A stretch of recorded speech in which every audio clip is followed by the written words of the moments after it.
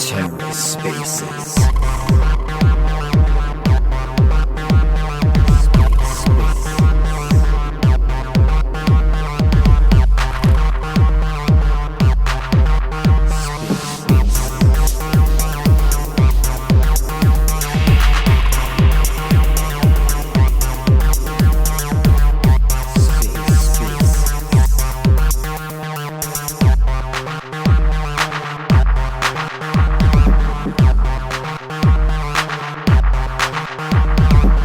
Hello and welcome to The Ether. Today is Monday, November 7th, 2022. Today on The Ether, episode 1 of the RAC FM show.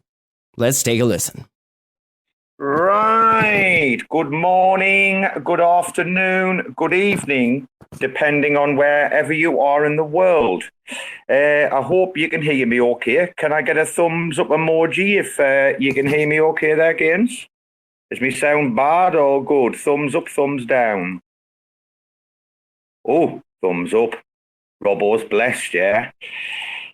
Guys, this is an idea that I've had for a while. And it's basically just to give another kind of to Raccoon to show that we're not complete like plebs all the time, because we keep having these amazing spaces, right? These 6, 7, 10 hours, 12 hours long for the cultures, right? And there's a lot of like sensible good talking in between the shit talking, right? But I just want to see if we can like move the good talking over to like something a bit more productive.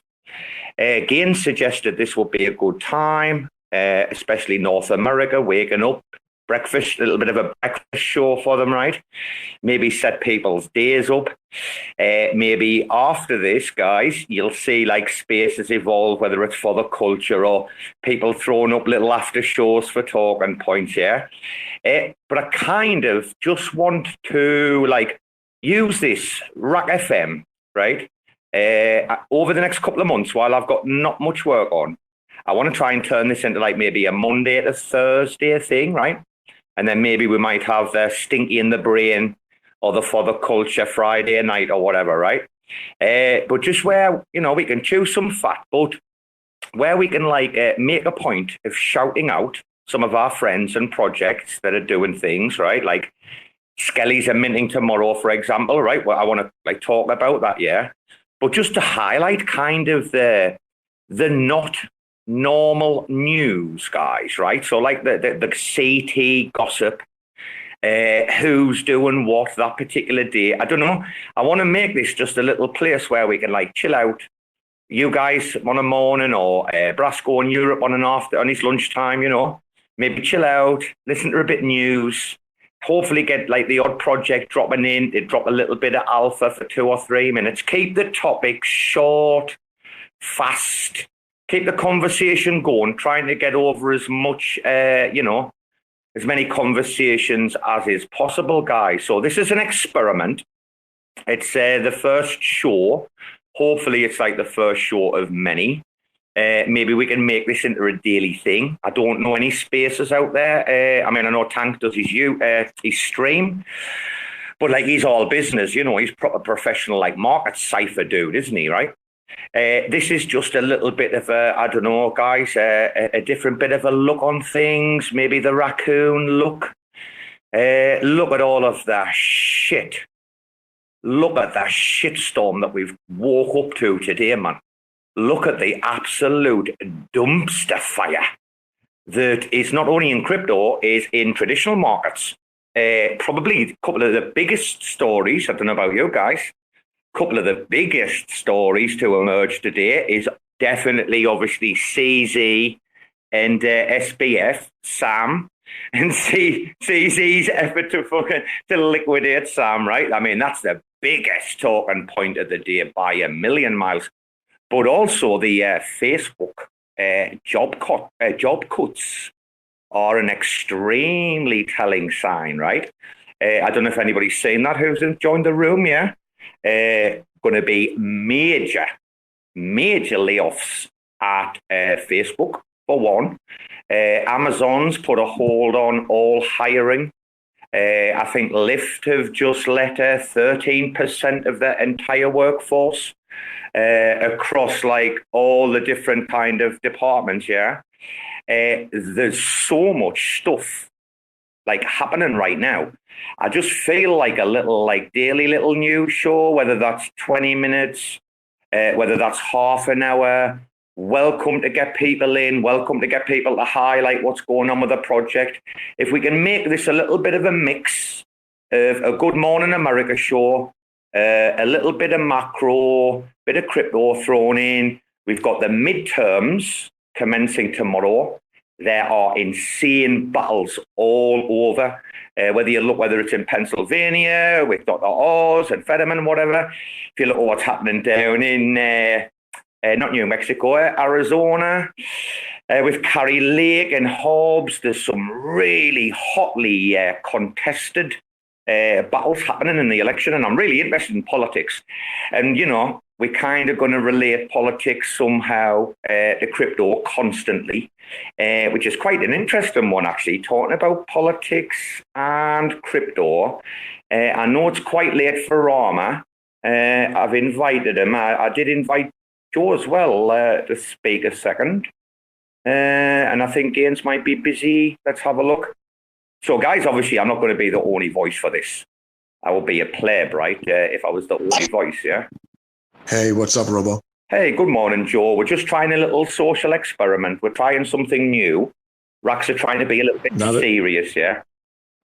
This is a good experiment. You mentioned the job cuts, and this is not really a surprise at all. I think the job cuts, they breeze over them in the news, but this has been coming for 2 years just because of the way all the COVID, funding went around the economy. So I think that the job cuts are going to start, or probably started already, and they're going to be ongoing for a long time. Well, Facebook is a disaster zone. The numbers, it's an absolute fire sale over there. I mean, it's down like 70% on the year, is it right? But I think the operating net profit or whatever it is down 51%. This Meta has been a complete failed experiment, and he still won't let it go, will he? Yeah, it's not only Facebook, though. I remember when COVID started, the Walmart by my house they decided to expand their manager trainee program. So they were advertising, we're going to hire managers. We're going to hire managers. And when COVID hit, all these companies got money, right? Even the companies that were profitable and able to operate throughout lockdowns. And as a condition to keep the money, they had to keep people on the payroll that they ordinarily would have fired, 2 years ago. So they just delayed the inevitable. All these tech companies, a lot of them are not really innovating anymore. They're just buying other companies. So it's tough to call, Google or even Facebook tech companies anymore. They're almost like conglomerates that just buy up competition, Joe, I was shocked, Joe. I was shocked at their workforce. Do you know how many people Facebook have got on the payroll? I guess. It doesn't matter. They probably need about a third of what they have, and it's the same with every tech company. Exactly. I was shocked when I saw the number 87,000. In the United States, like the prevailing mentality is people think that they're just entitled to show up at a job, collect a paycheck. They don't even think about whether or not they contribute to the organization. And now you're going to see, who the real essential workers are and who isn't. And these companies need to scale back because people are, because of inflation, they're going to have to buy less stuff. And these companies they're going to have to scale it back, especially the retail companies. I think retail is going to get absolutely rocked. Well, it's what's quite interesting and telling, and you're right about retail, yeah. What's quite interesting, though, is this is the first time in Facebook's history where, like, year on year, their headcount hasn't increased. There's talk of up to 1/3 of that workforce having to go for them to be able to return to profitability. I don't doubt it. Facebook grew so fast, they can't grow anymore. Everybody already has Facebook, and there's only so much you could do to monetize a platform like that. Not only that, they're the social media platform of my generation. I'm 40 plus, right? I'm a teacher. Kids don't use Facebook anymore because their parents and their grandparents are on it, and they don't want their parents and grandparents talking to them on social media. So where are they? They're on Snapchat, they're on TikTok, and that's just the fact. And that's why advertisers have been leaving in droves. Exactly. I think the nail will be in the coffin on that company. I honestly believe by 2030, early 2030s, yeah, that you do not see Facebook anymore. I think it will no, but they do own Instagram, right? Instagram, I think, is an awesome platform just because it's visual. You don't have to read that much stuff. It's good for people's short attention spans. That's Facebook, right? It is, but they might have to break that off. I mean, depending on what happens, you know, if there's a company fire sale in the future. I mean, let's see, they're still sitting on a bit of money, but it's telling times, Joe. It's telling times, yeah. It is, and I think the people that, you know, they have big mouths and they don't really produce much and they have bullshit college degrees, they're going to get a hard economics lesson in the next 5 to 7 years. Joe, what kind of, in like New York State, the wider state, what's the unemployment problem like there at the moment? Because I do know people like AOC drove like Amazon away out of New York State, right? Do you guys have a bit of an unemployment problem, or are things okay now? It's New York is funny because you basically, to me, you could break New York into 3 sections. You got New York City, you got the New York City suburbs, and then you got the rural areas, which have been gutted, you know, as far as business and just companies leaving in droves because what New York does is they give these companies sweetheart tax breaks to come to New York. They open up shop, they hire a bunch of people, and then after 10 years, when the tax breaks go away, the companies just pack up and move. So it's New York is weird. Also, the unemployment numbers are completely wrong. We don't have 4% unemployment. We probably have like 14% unemployment nationwide. The unemployment numbers only count people who are collecting federal benefits. They don't count people who stop looking for jobs and don't collect federal benefits. So you could walk around some neighborhoods in New York City and you could just see people walking around in their pajamas at 11 o'clock in the morning. It's very strange over here. I worked in New York City. I've been working in New York City for like 12 years, and the neighborhoods change so fast. It could be like really rough for a couple of years, then it could be like booming for a couple of years. It's just very strange over here. I have no gauge on what the actual unemployment is, but I would imagine it's super high. And am I right in thinking, Joe, that coming up, it's obviously the midterms that are coming up, and there's a fair few like governorships up. The governor of New York position, New York State, that's up at the moment, isn't it? Yeah, the current governor was never elected. She filled in for Cuomo when he resigned. Correct. She basically sat around and watched him, sexually assault women and never opened up her mouth. She just slid into the position. I don't know how well she's liked, to be honest with you. Where I live, it's very mixed in terms of, demographic and like political spectrum. Where I live is like I would say super mixed. I wouldn't even describe it as purple. I would describe it as like all over the place. I don't know what's going to happen.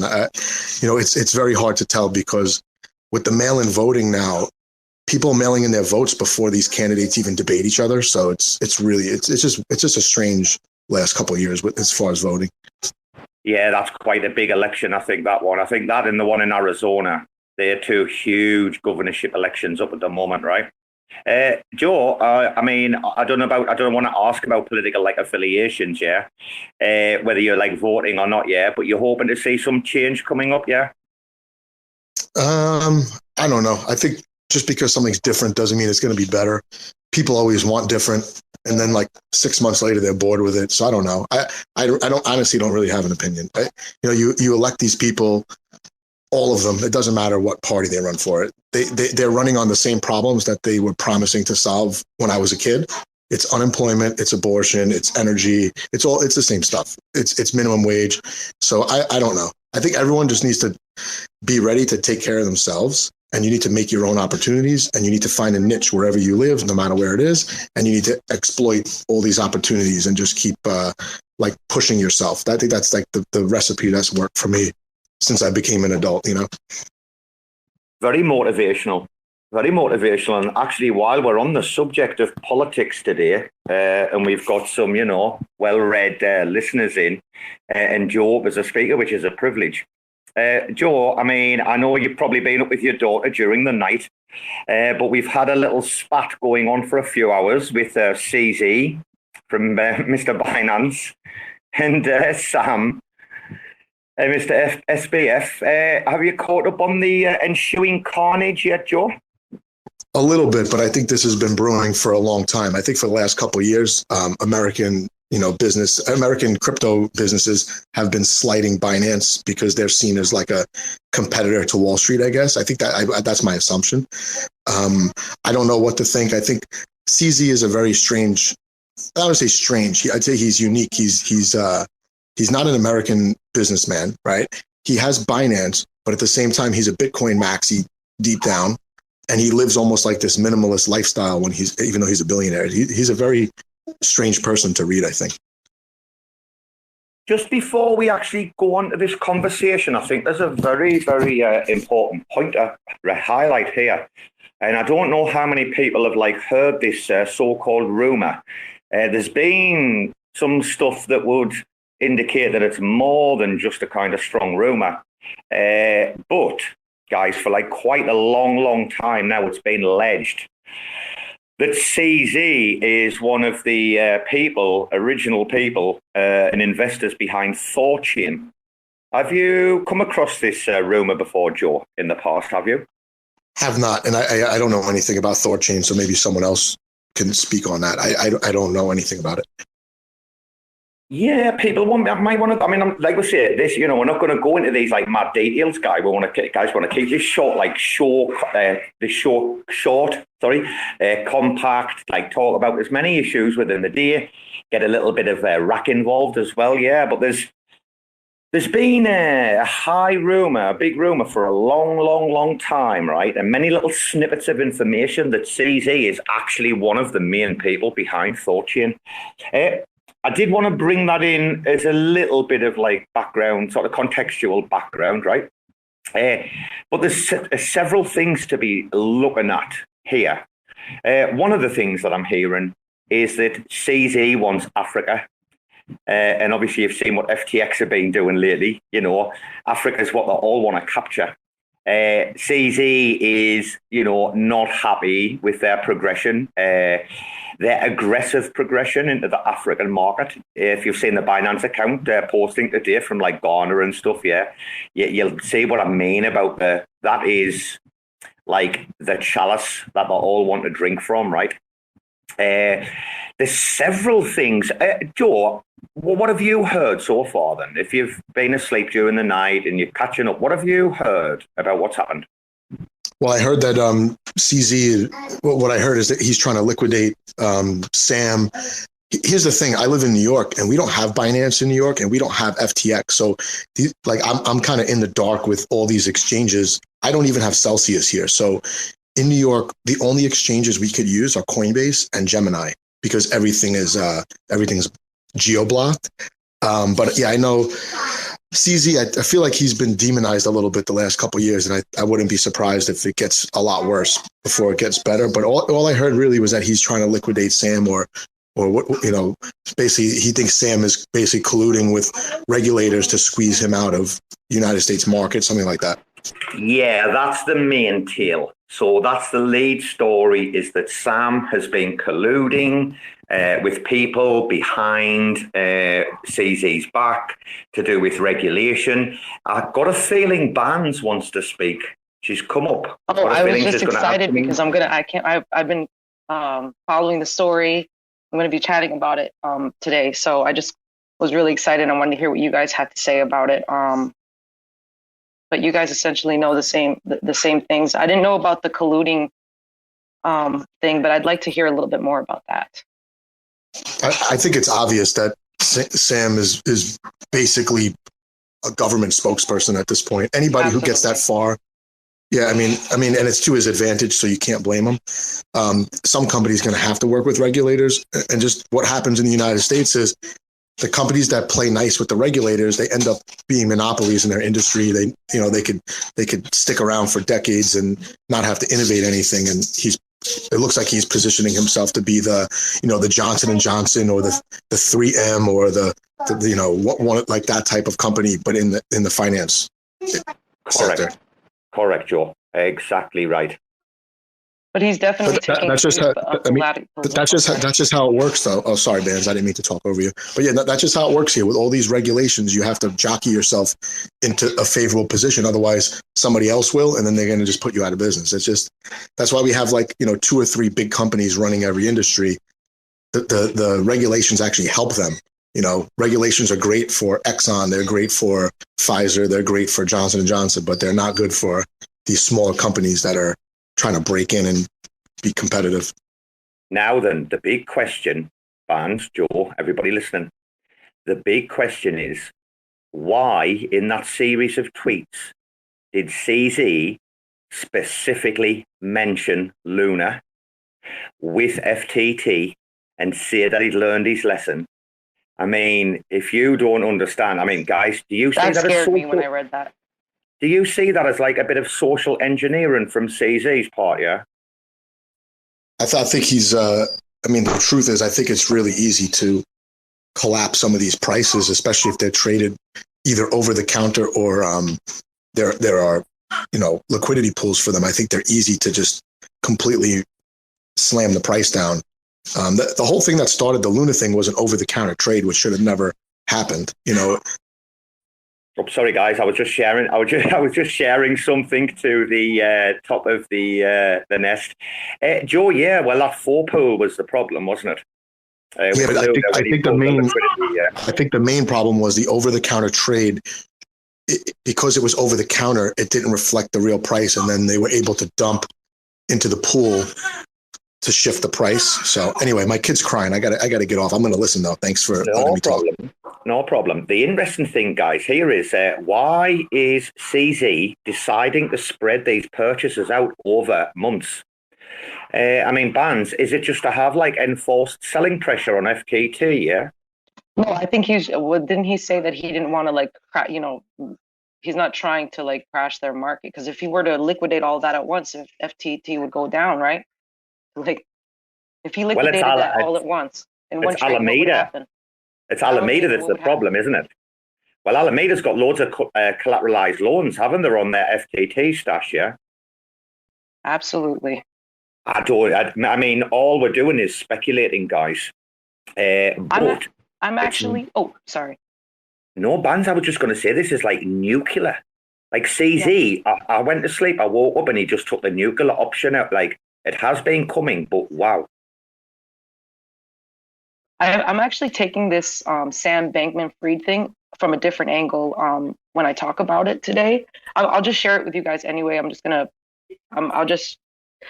I think it's interesting that 5 months ago, and I'm going to be repeating this again on my show, but 5 months ago, Sam Bankman-Fried was like, I'm going to spend $1 billion to stop Donald Trump from becoming the president. Now, 5 months later, he's getting all involved and saying, oh, wait, I'm supporting constructive candidates across the aisle to prevent pandemics and bring bipartisan climate to DC. Now, it's like he's trying to, first he goes from, I'm going politically on one side, and then now he's trying to be like, oh, I'm trying to be even keel across, whoever's the best candidate. I just think it's really interesting that amount of money is basically more money, more power. He's going to be able, it's almost like he's going to try to control what happens politically now as well. So I think that him aligning himself with that is smart. Hold on. Wait, one sec, real quick. One sec, let me finish real quick. And listen, so if he does that, right? If he aligns himself against Donald Trump or against public enemy number one, maybe that's also a way to protect himself, because he's like, hey, listen, a lot of people don't like him, so maybe I can make sure that I'm on that board and then have more chance, like you were saying, to get into the, in better sites with the government. So Barnes, how much did he donate directly to Biden's campaign in 2019, 2020? I think, did he donate about, it was either $2 or $4 million? Yeah, it was a sizable chunk of money, right? Yeah, actually, let me double check that one sec, because I don't remember how much. Guys, I'm only mentioning this because I'm going to be very honest with everybody in this room. I have never liked SBF personally because of his overt political wokeness. I have never been a fan. I'm a fan of his autism and what he's built and what he's done. You can't take that away, right? But he is not a man of the people. He has done bad things to liquidate many, many people, right, over the last couple of years, guys, right? If you really go into his history, he's not a great guy. However, he espouses this, like, you know, Democratic Party line, a deep degree of, like, overt wokeness that's just, we don't need that in the industry. Crypto needs to be apolitical. What was the number bans? 2 or 4 million? It was high. I think it's 5. I'm looking at the second CEO donated second largest amount to Joe Biden's campaign. This was in September 2020 or 2021 when it first came out. So yeah, 3 million. Not chump change, right? Not chump change. No. That's a big donation, that. Can you repeat that? Whose donation is that? Okay, so actually, I'm going to grab the link and just put it on the Nest. It was on the bottom. SBF, Bank Bankman Fried, donated directly to the Biden campaign, several $1 million. And then spoke about it like everywhere. He was so proud of himself. The whole financial sector is like super woke. Unfortunately, isn't it just? That's why when I heard about... look at BlackRock.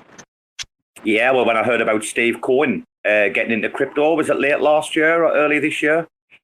People were like, yeah, Steve Cohen's coming into crypto, the big money guy. And I'm like, how uneducated are you? How unread are you? Please go and read some books. If anybody wants to know about Steve Cohen, go and read a book called Black Edge. It's a fantastic read about like the financial markets, and especially did you just say Dean Koontz? Steve Cohen, who Steve Cohen, who was trying to buy. He's the guy that most people haven't heard of, Bands, but he got into crypto, I think, late last year or early this year.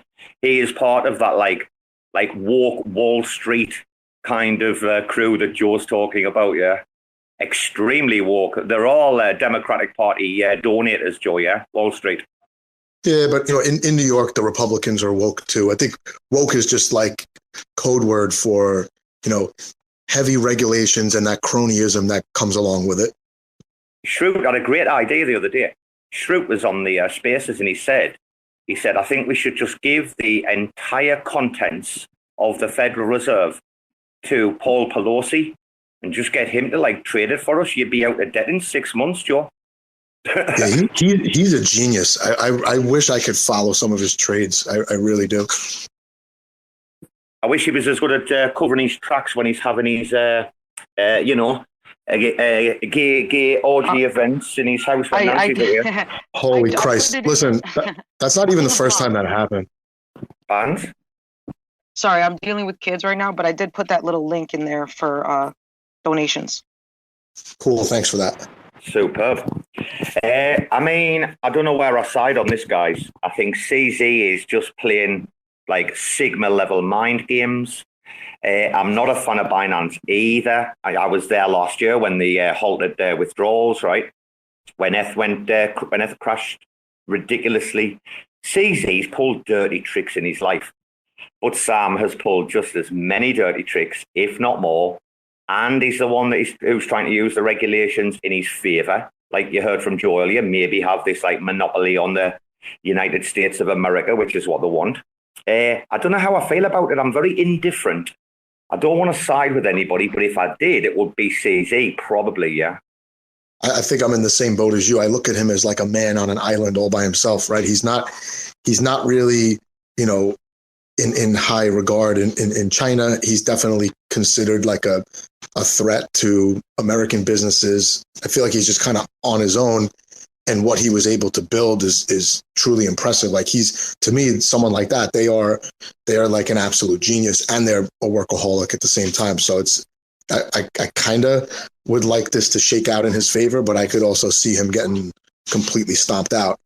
Well, he does have a big problem because of the CCP rumor association. I mean, ever since I got into crypto, right back in the very early days of my like crypto career, one of the first things I heard like on CT in the rumor mill was, you know, that he's got I mean, does anyone ever get away from the CCP? Does anyone ever really escape or not? I don't think so. I'm not too sure about that one. We'll have to see. Have you heard anything about those on those lines, bands? Oh, she's got the kids, hasn't she? Yeah, guys. Same with me. I got one on my shoulder right here. Yeah, I just gotta keep an eye on it for the next 10 minutes, and then I'm straight. You just can go back, guys, and check though, man. If you do advanced searches properly on like crypto Twitter, you'll be able to see the rumor mills. Around February last year, it was actually quite high when he was getting like a load of shit at the time. Yeah, whenever Binance is in the shit, it always comes out. But I think there's a lot of people who are not looking at the African connection. You only need to go to the official accounts to see how much work they've been doing in Africa, and you know who's going to have that first mover, like continent-wide advantage. That's definitely a power struggle for them. Then you look at China. I think China is definitely has that edge in the power struggle for China. I just don't know if Binance is going to be able to benefit directly from that, because I don't know how favorable he's viewed by CCP. Who knows? Well, they're totally anti-crypto to start with, aren't they? Yeah. Totally. Well, they'll be pro-crypto when they can control it. Exactly, dude. That's all they want. They just want the central bank digital currency. That's what it's all about for many governments right now. Like, literally, if anyone's in favor of central bank digital currencies, like, please delete me from your life, like, because I'm just against them on a degree that I couldn't even begin to tell you. They even want one in here in Thailand, yeah. I was trying to think, though, guys, about what else had been happening today. They were the two massive stories, I thought, the Facebook layoffs and the situation with CZ and SBF, Sam Bankman-Fried. How big were the layoffs for Meta? I'm sorry, because their whole metaverse. No, they haven't like properly announced it yet, right? But there's 87,000 people working for them, and they're talking about up to 1/3 of the workforce could go. Every department has to lose fans. I know he was like, oh, I'll spend, billions of dollars to, for my metaverse dream. Hey, let me just fire all these people. Fucking asshole. Yeah, he absolutely. Guys, do you want to know something? It was Zuckerberg. I wrote an article. I've only wrote a couple of mediums. The first one I ever wrote was actually on what, I mentioned in a couple of paragraphs about what Zuckerberg did to the P2E industry. Everything that we were like seeing 12 months ago, all these P2Es doing like 10x, 15x overnight and stuff, right? Ridiculous, yeah. It was all literally happened overnight when he changed his company name to Meta. Can you remember bands last year, what it was like? It just went mental overnight, yeah.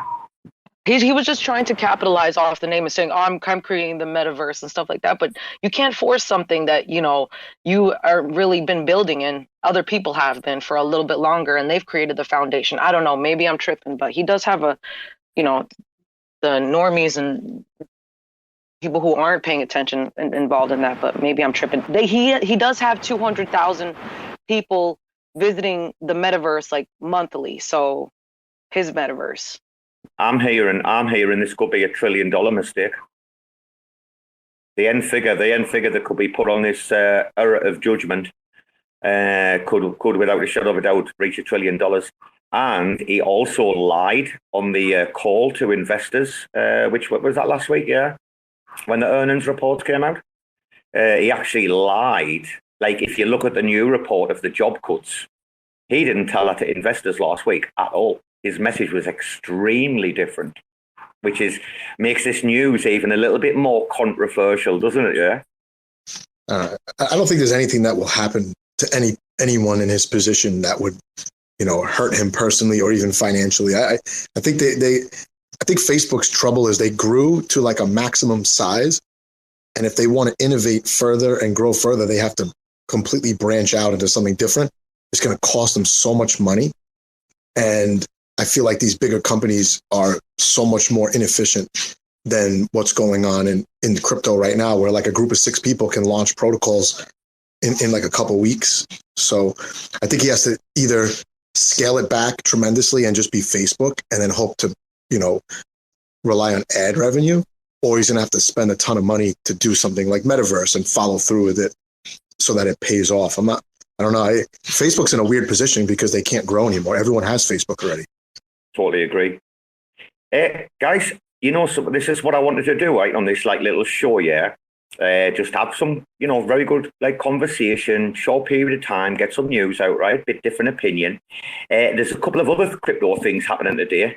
First of all, Jackal is restarting their blockchain today. So if anybody knows about Jackal, we're on Secret. Decided to deploy the L1. And then Jacob nuked them sometime early last week, I think it was. We actually had on Sunday Jacob and Patrick from Jackal talk on the spaces. So Finn might have recorded it, he might not, I don't know. It might be up, it might not. That was a really good conversation.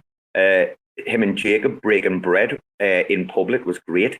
I don't know if you guys have seen Jacob's tweets and pull requests that he's been pumping out today. Sift chain. Anybody following Jacob in the Sift chain drama?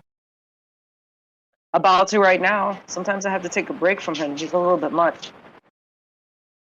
A little bit too much. I had a block on me. I literally couldn't do it anymore. It was hard work. Good morning, Amanda. Good morning, loves. We're just trying to spread some positivity in amongst the news.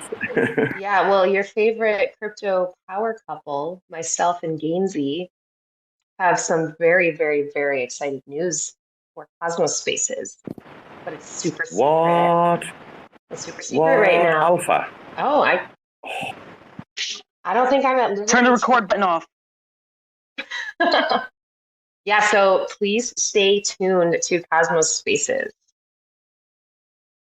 Big if true. Yeah, big if true. Big.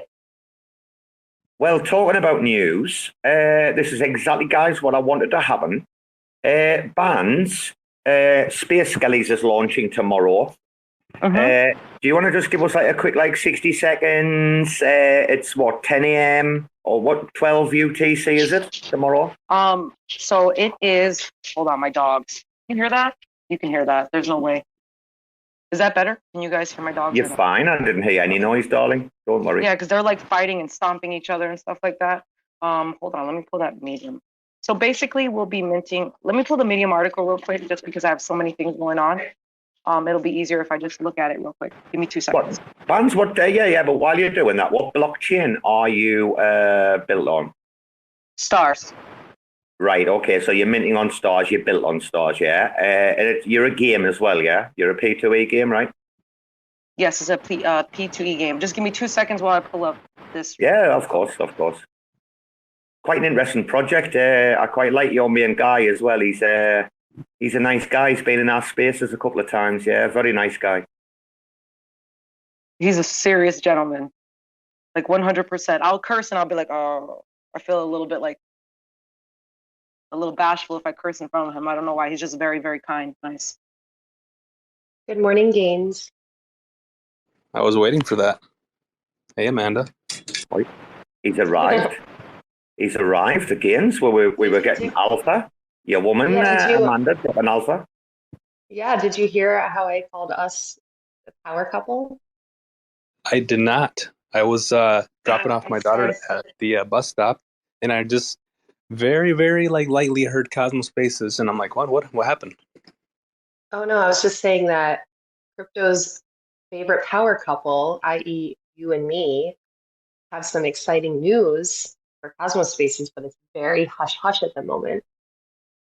Oh. I'm really intrigued. This could be top news, right? Yeah, I think they're going to be announcing a throuple. Maybe, yes, depends. Amanda, good morning, Robo. Good night. Good morning, bands and everybody else. So, Gaines, we're just doing a little bit of a different show. We've been chatting some news. Hopefully, you heard us talking about SBF from FTX and CZ from Binance trying to burn each other. We're just talking about the Facebook job cuts that are upcoming, as well as some other things that look like the macro might be slowing down a little bit. Yeah. And I yeah. Medium article. So sorry. This is why it's so important that we are very careful with the things that we invest in, because there are big fucking crypto whales out there that will literally move the market in a huge like way. Like these guys, just be very careful. Yes, we all need to be aware, Gaines. We are plebs in the bigger picture, and the bigger wheel. We are but spokes, right? Yes. So Barnes, this was the aim of this little show. I'm going to try and do a daily. You've just posted a medium upstairs here. Do you want to give us a quick 60 seconds over your project? Yeah. The mint, we're minting tomorrow at 10 a.m. Eastern, via Stargaze Zone. So what's really, really cool is yes. Shoot, I can't hear Ben. I don't think Gates can hear me. Can you guys hear me? I can't. Yeah, we can hear you. I think Gaines is having some problems. Yeah, he's a pleb. I'll come back. What a pleb. Okay. So on the collection side is 3,500, and the mint price for whitelist is 40. But if you on the whitelist, you get as soon as the mint is over, you get your first 5 NFTs. You get $10 back in stars for each one. So you get $50 worth of stars as soon as the mint is over back in your wallet. Like the contract does it immediately, because they didn't have like a tiered way for them to do like a, depending on what tier you are, to have that, to be able to mint cheaper. So they're doing that. What I think is really cool is after holding them for a little bit, you'll get 4 vials. So let's say you have four skellies, you'll get like 4 vials. Each skelly is 2 vials. And then you take those 4 vials and you can use them to burn them and get your space skelly will consume it and get a spaceship. And inside of that spaceship, you can choose to open it or not open it. And that will be like the next collection. But all of these are being built to interact with the website, because they want to make sure that the gameplay is that they're building a game from the beginning, not like adding NFTs to the game after the fact. So yeah, which is a problem a lot of projects make, right? Yeah, they're like, hey, buy my NFT and I promise I'll make a game, but it's very expensive to make a game. It's a lot of time. So we have probably another 5 years before a game is even being able to be built. Passage has been working on their stuff for like a year now, and they're still still in the throes of it. You know what I mean? And how long has the project been going since inception? It's actually been a full year. They were on Terra originally. And after they were on Terra, the death spiral, so they decided to go with one planet to Polygon. But then that essentially, because EJ likes things, we want to make sure that we're, saying, doing what we're saying. So he felt like it was just taking a little bit too long with one planet. And we built such an awesome community hanging out with everybody in Stars, and we were already in the Stars community. And the contracts that he's looking for will be available on Stargaze version 2. So he decided to go to Stargaze instead. And because of that, I feel like it's definitely helped the community since we were already there. With version 2, I think you're going to see a lot more P2E wanting to go there, right? There's other games that are waiting on version 2 as well, right? Yes, it's like a conditional contract. Right. They want that conditional contract, because then, that's essentially a layered contract that you can just keep adding on to, or, to a different, and then make a whole another contract. So I think that that's awesome. That I'm super excited. I can't wait for them to be able to do that. Absolutely wonderful, darling. I'm really looking forward to it, actually. I think I'm going to be a supporter. Just for you, darling. Just for you. Oh, listen, if you guys do get mint them, or if you happen, I don't know if you guys are on the whitelist, but make sure there's going to be a giant space board. If you mint the ID number on there could be money, there could be NFTs and whitelist, and it's a board of 100 boxes. So make sure you guys try to get prizes. There's 100 prizes up for grabs as well, yeah? More than 100. So there's 100 plus every PFP that you minted that is from the, like, let's say if you mint my PFP, because this is just a hold picture. I don't get to keep this one. If somebody mints that one, obviously I'll remove it as my PFP, but they will be able to get like $50 or $100 depending on that. So I think that's awesome. So if you mint a 1-to-1, you get money. I think it's cool. There you go, guys. Skelly's minting tomorrow morning. 10 Eastern time, yeah. Get all over it. Hey, if you want to be in it, you got it. If you want to win it, you've got to be in it. Gaines, you've got some big things coming up this week, right? On Cosmos Spaces. Have you got is it Wallet Cypher you guys have got coming on, yeah? We have Cypher D Wallet coming on a space tomorrow at 6:30 p.m. Eastern Standard. And then we also have we haven't announced this yet, but we also have a like NFT Web3 gaming panel that we're hosting for on Wednesday. Same time, 6:30 p.m. Eastern Standard. We're inviting Passage. We're inviting who else? We're inviting Kalepar and Bushi. So it's going to be pretty fun. And guess who's hosting it with me? Who? Amanda. Youpster's doing it with you, yeah? Youpster. Really? Wow. I tell you what, that'll be a good show. You and him as host will be fantastic, yeah? And then Friday, we're planning to host a space for Yumi on Friday. And that one, we're going to do it with Mr. Shroot. Shroot's going to help us host that space. It's going to be his first time hosting a space. So wish him luck. Fantastic. Yeah, I'm looking forward to that. I can listen to Shroot all day. We had a very intellectual conversation with him the other day, yeah? Yes, we did. Yeah. I think Amanda had a question for you there. She had a hand up like a pleb. Amanda, did you have a question for? No, I didn't. She was saying talk to the hand. That's what she was saying. She was like, talk to the hand. Is that what she was doing on this serious show? This serious show? My goodness. I'm just waiting for the day when Gaines asks me to co-host. Yeah, I don't know about that, Amanda. I mean, sure, I'll think about it. I'll talk to your boss, Chauncey, first, because he's been telling me that you got a lot of work to do. So, yeah, I don't know. You might be too busy. I think he might just be afraid of your hosting ability. He doesn't want you to like outshine him. And that's okay. Sometimes people are intimidated by strong women. And so they try to like, I don't know, let me talk to your boss. Like, you got to talk, you know what I mean? Like, you want to know who isn't intimidated by strong women? Rama. He's never had one. Zaddy himself. What was that, Gaines? He's never had one. Is that because he's never had one? Oh. Listen, Correct. This is RAC FM. Correct. This is RAC FM. I'm trying to keep it professional.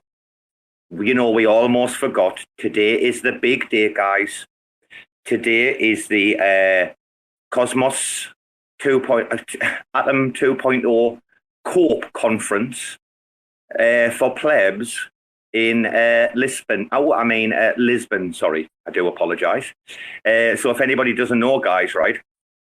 All the people that wrote the Atom 2.0 paper, for weeks they've been unable to cope.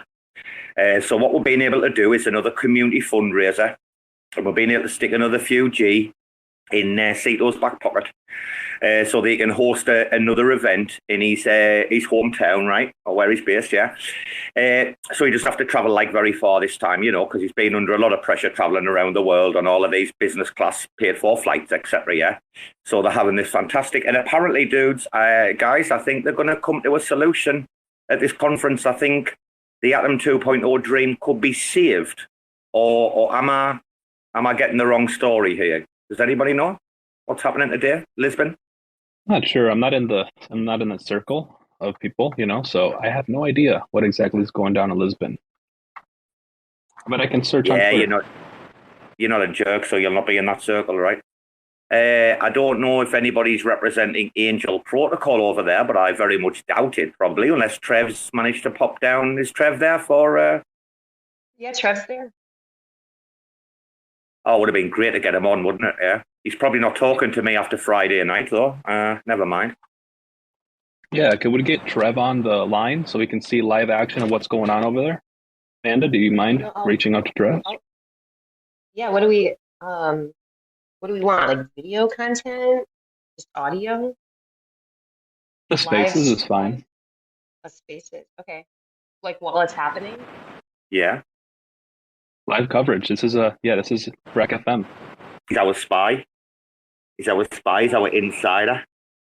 All right, I'm on it.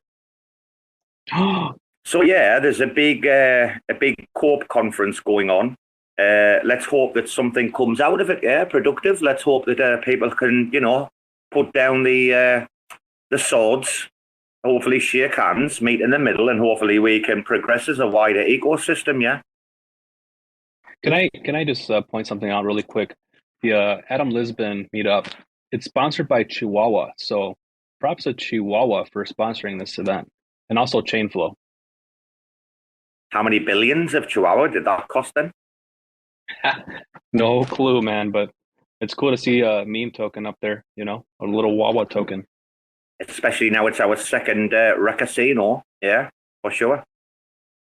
I don't know what's happening with IBC and Lunar Classic, guys, but we desperately need to just hound Jacob until he gets this connected. Yeah, I believe that he's probably one of the very few people who might be able to actually pull this off. No, Gaines, you heard any word on Lunar Classic being IBC enabled yet? So I am in a group chat with some fellow like Wawa degens, and it looks like they're organizing themselves to also, spread Raccoon Bet beyond Wawa chain. There's some people in that chat that have connections with the Luna Classic, degens. So I'm pretty sure it's going to happen sometime soon, man. They're really pushing for it. Talking about degens, your man Rain Man dropped a little bit of juicy alpha earlier. And from what I'm being led to believe at the minute, guys, if anybody was involved in Fortis, right, back in the early days, the big Ponzi that collapsed before Luna and UST, I have heard on the grapevine that Castle version 2 is to be released on the Huahua chain later this week. Have you heard anything, Gaines? Yes. What have you heard? Is this another social experiment like the first Castle was? It could be, and that's actually some of the things that they're talking about in that Wawa Degen chat room. So yes, it could be coming soon. So version 1 was a social experiment on greed, and version 2 is going to be a social experiment of some other kind, I believe. Yeah. Whether that be adoption, something like that, yeah. Okay. I'm doing some searching right now on that actually. So. Okay, Tank's come in. I just want to see if Tanks wants to contribute to the daily news. Tank, we're not robbing any news from anybody. We're having an alternative news. Bands, yeah. Yeah, I know you're not. No, I do want to share some. Some of the news that I review and go through doesn't make it to my make it on the show. Just because we're limited at time, and we want to make sure that it's something that's very interesting. Do you guys think it's interesting? And I'm asking that Jack Dorsey he got a new social media platform, Blue Sky, and Kanye bought Parler, and Elon has Twitter, and I feel like they're trying to see who's going to win. And even Jack Dorsey was saying that he has the Twitter killer, even though he's still kind of involved with Twitter. What do you guys think about that? You can't trust Jack Dorsey. Do you know the reason why you can't trust him? Because he changed his look midlife. Because he stole Twitter. He stole Twitter from a guy called Noah. And guys, I'm not going to give any backstory. It's going to all go away. I tell you who's got a very, very, very good piece on it. If anybody watches Cold Fusion TV and a Gordo, right, on YouTube, yeah, Cold Fusion are brilliant. I've mentioned them several times, but if you go and look at like the video they've got, there's several, but that's a really good one, yeah. It's an intro, yeah. Jack Dorsey actually stole Twitter from a guy called Noah, who ended up like with nothing for it as well. That's long ago back in the day, but he just played the game. Same as your guy did with Napster, right? Good morning, Tank. It's morning where you are, sir, yeah? Good morning, family. Good morning. First and foremost, what the fuck, Gaines? I woke up, looked at your PFP, and I was like, what, this motherfucker? Oh, shit. But no, yeah. All those... sorry for echoing. I'm getting ready right now. Tank, welcome to RAC FM. It's the first of what we're going to try to have like a Monday, Thursday, like daily little chat. It's going to be short. We've been running an hour now. Just having an alternative view on some of the like major talking points of the day. So the Facebook job redundancies that are coming, CZ Binance versus SBF and FTX and Alameda, the Lisbon conference today. Bands has come up and talked about a project. Amanda's got some alpha coming soon with Cosmos Spaces. Just any little snippets or anything he wants to add, Tank. Just a little different twist, sir. Ooh, yeah. All of those are very interesting. I've been up since 4 o'clock, like always, reading about all of those. Except for what Amanda has, because I don't know what she's talking about. Didn't know anything about the Castle experiment being launched later on this week. Super excited, but I did want to just share. I know Gaines already knows this, but our boy Aztec finally decided to buy himself a rack. I saw was all in it on Twitter, like we don't know. Like, way to be late to the party, brother. Some of us are on a budget, Tank. Jeez. Fuck that shit. There's no budget. Spend it. Aztec, yeah. He's in the Discord. He loves it, doesn't he? He's right in the rack army straight away, that guy. I like his take on getting into NFTs. He's not a flipper. He doesn't trade NFTs. He buys them to get to understand the community. And boy, oh boy, is he going to get to know our community very fast. A rude awakening. Yeah, I know he has I'll just say on a personal one-on-one interaction with him. I've never had it. I've actually been wanting to get him on this show multiple times in the past because I know he's a big secret guy, right? But yeah, I was happy to see him finally jumping on board. I was like, yes. Tank, they will all come. They will all come, like Rama said, like one at a time and then all at once. What was it, Gaines? One by one, then all at once, yeah? Right. Yes, sir. Yes, sir. Rama reckons there's three L1s, There's three L1s that want us right now. Hey, really quick, Tank. You did a stream with Timmy. You want to talk about that really quick so people can head to the YouTube channel, maybe give you a few likes and subs? Yeah. Well, no, and more importantly, guys, you guys get to hear what Timmy and who he is on a more personal level. Like it was kind of like a play. You've obviously, guys, Gaines has been on it, but we started a new series on the YouTube channel called Between Two Planets. It's kind of like a play on Between Two Ferns, where it's kind of more of a lighthearted approach to getting to know fellow cosmonauts, the people that are doing stuff, making moves, or in the ecosystem and that are well known, but not on not like how everybody else does it. Like I said, on a more personal note. And it was a really great. It was it went by so fast, but even with you, Gaines, I try in my head, I'm like, oh, it's a 30, 45-minute interview no matter what. And then it goes to like an hour or whatever because it's just so easy to lose track of time. But Timmy's a really interesting dude, much like yourself. It was really fascinating to kind of hear his backstory and, his whole general thought about the market and where we are and the things that he's bullish on and then what he's building.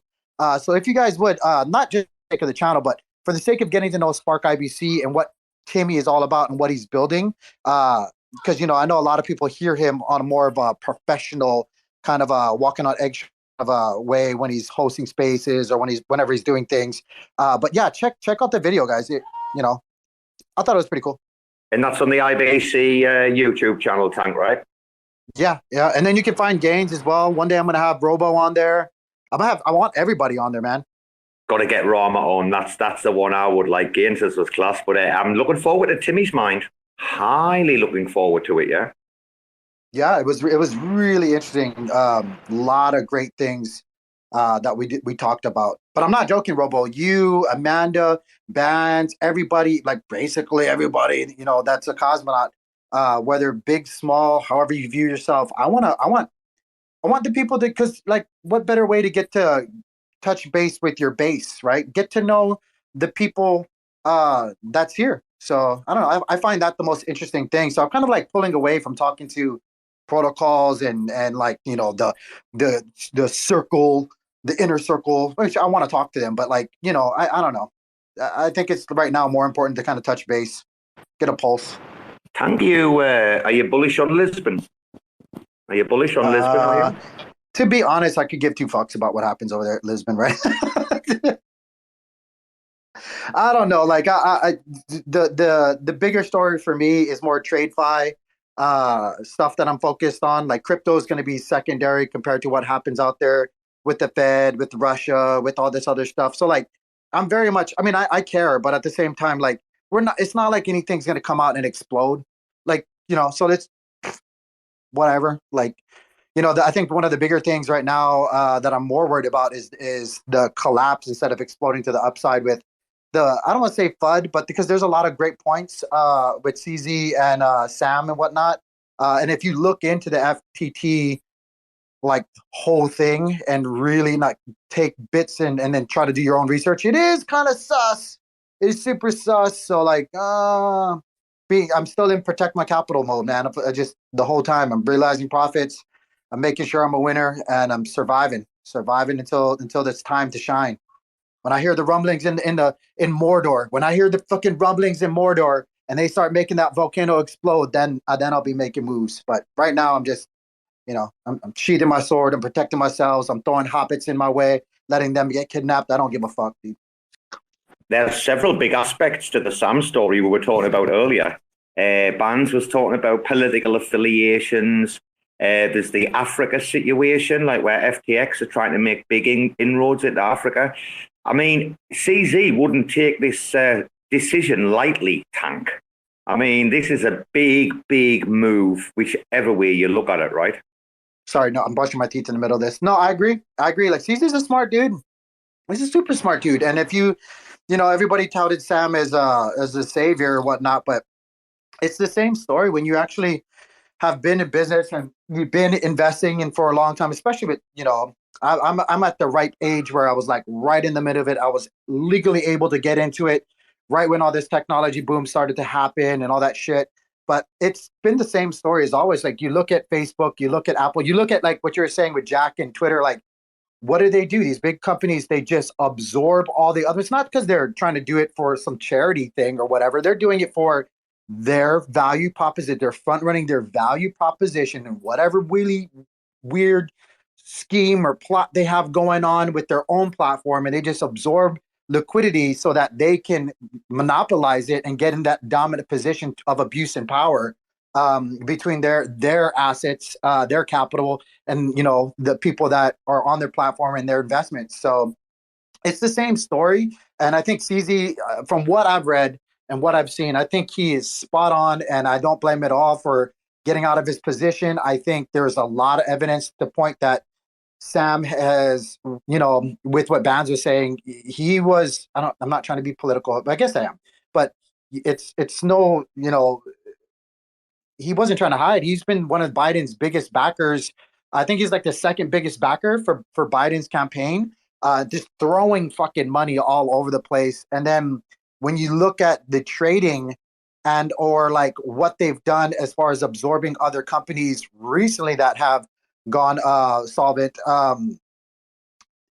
it's scary because it's the same story, right? Like they're probably over leveraged in all of those positions. They probably use their own token, and it looks like that to kind of like overinflate their own valuation.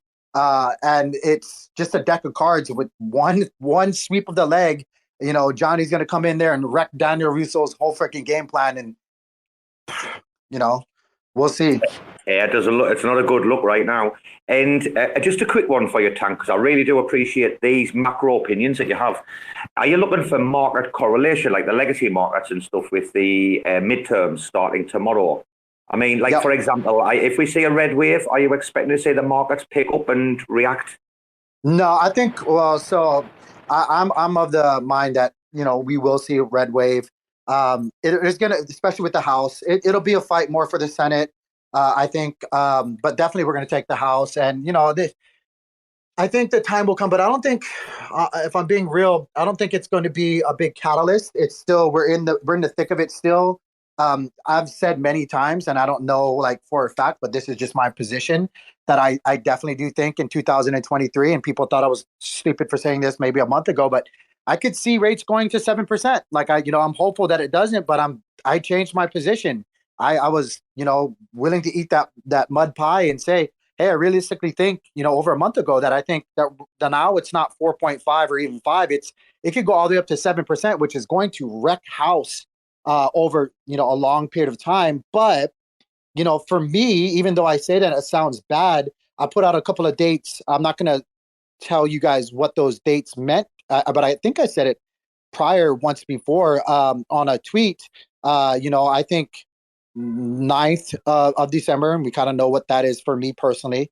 And then, January 13th to the 16th, somewhere around there, somewhere around the mid part of January is key moments for me, in my humble opinion, because we'll get over midterms, we'll get into the new fiscal year, I can't ever say that word. We'll get into new calendar year. We will get to that where we'll be seeing close to 4.5 or 5-ish percent, somewhere around there within that first quarter of next year. And then again, for me, that's when I'm going to start DCAing with a conservative DCA plan. And I think later, maybe quarter 3 of next year is when we're going to really start seeing anticipation pop. People front running the crypto markets, and also the recovery of the recession, which I don't care if they want to call it or not. I think we're in one. They're just moving the goalposts and kind of redefining it as they need to. But I think, shit, a year from here to quarter 3 of next year that's not long. That's not long at all. Some people might feel like it's an eternity, but investing, this is the time where I'm getting the most active and I'm getting the most attention in the chart. So, oh, yep, I got to walk my kids to the bus stop. But yeah. No worries, man. Thank you very much. Highly appreciated as always. Hello, Vance. Robo. So, how we were talking about Sam Bankman-Fried and him throwing money and trying to get involved with government. Isn't it interesting that other Kryptonian guy, Nikolai, he said that the CIA and Mossad was after him and then he died. And then another crypto person died 15 months ago, drowning as well. So these two guys are drowned. I wonder if these people, these elite people are afraid, like maybe he's scared and that's why he wants to make sure that he's protected. I'm just... Yeah, but I mean, are they dead or has the death been faked? Because the guy that crashed the Canadian Central Exchange a few years ago, didn't they fake his death and he was found to be alive or something?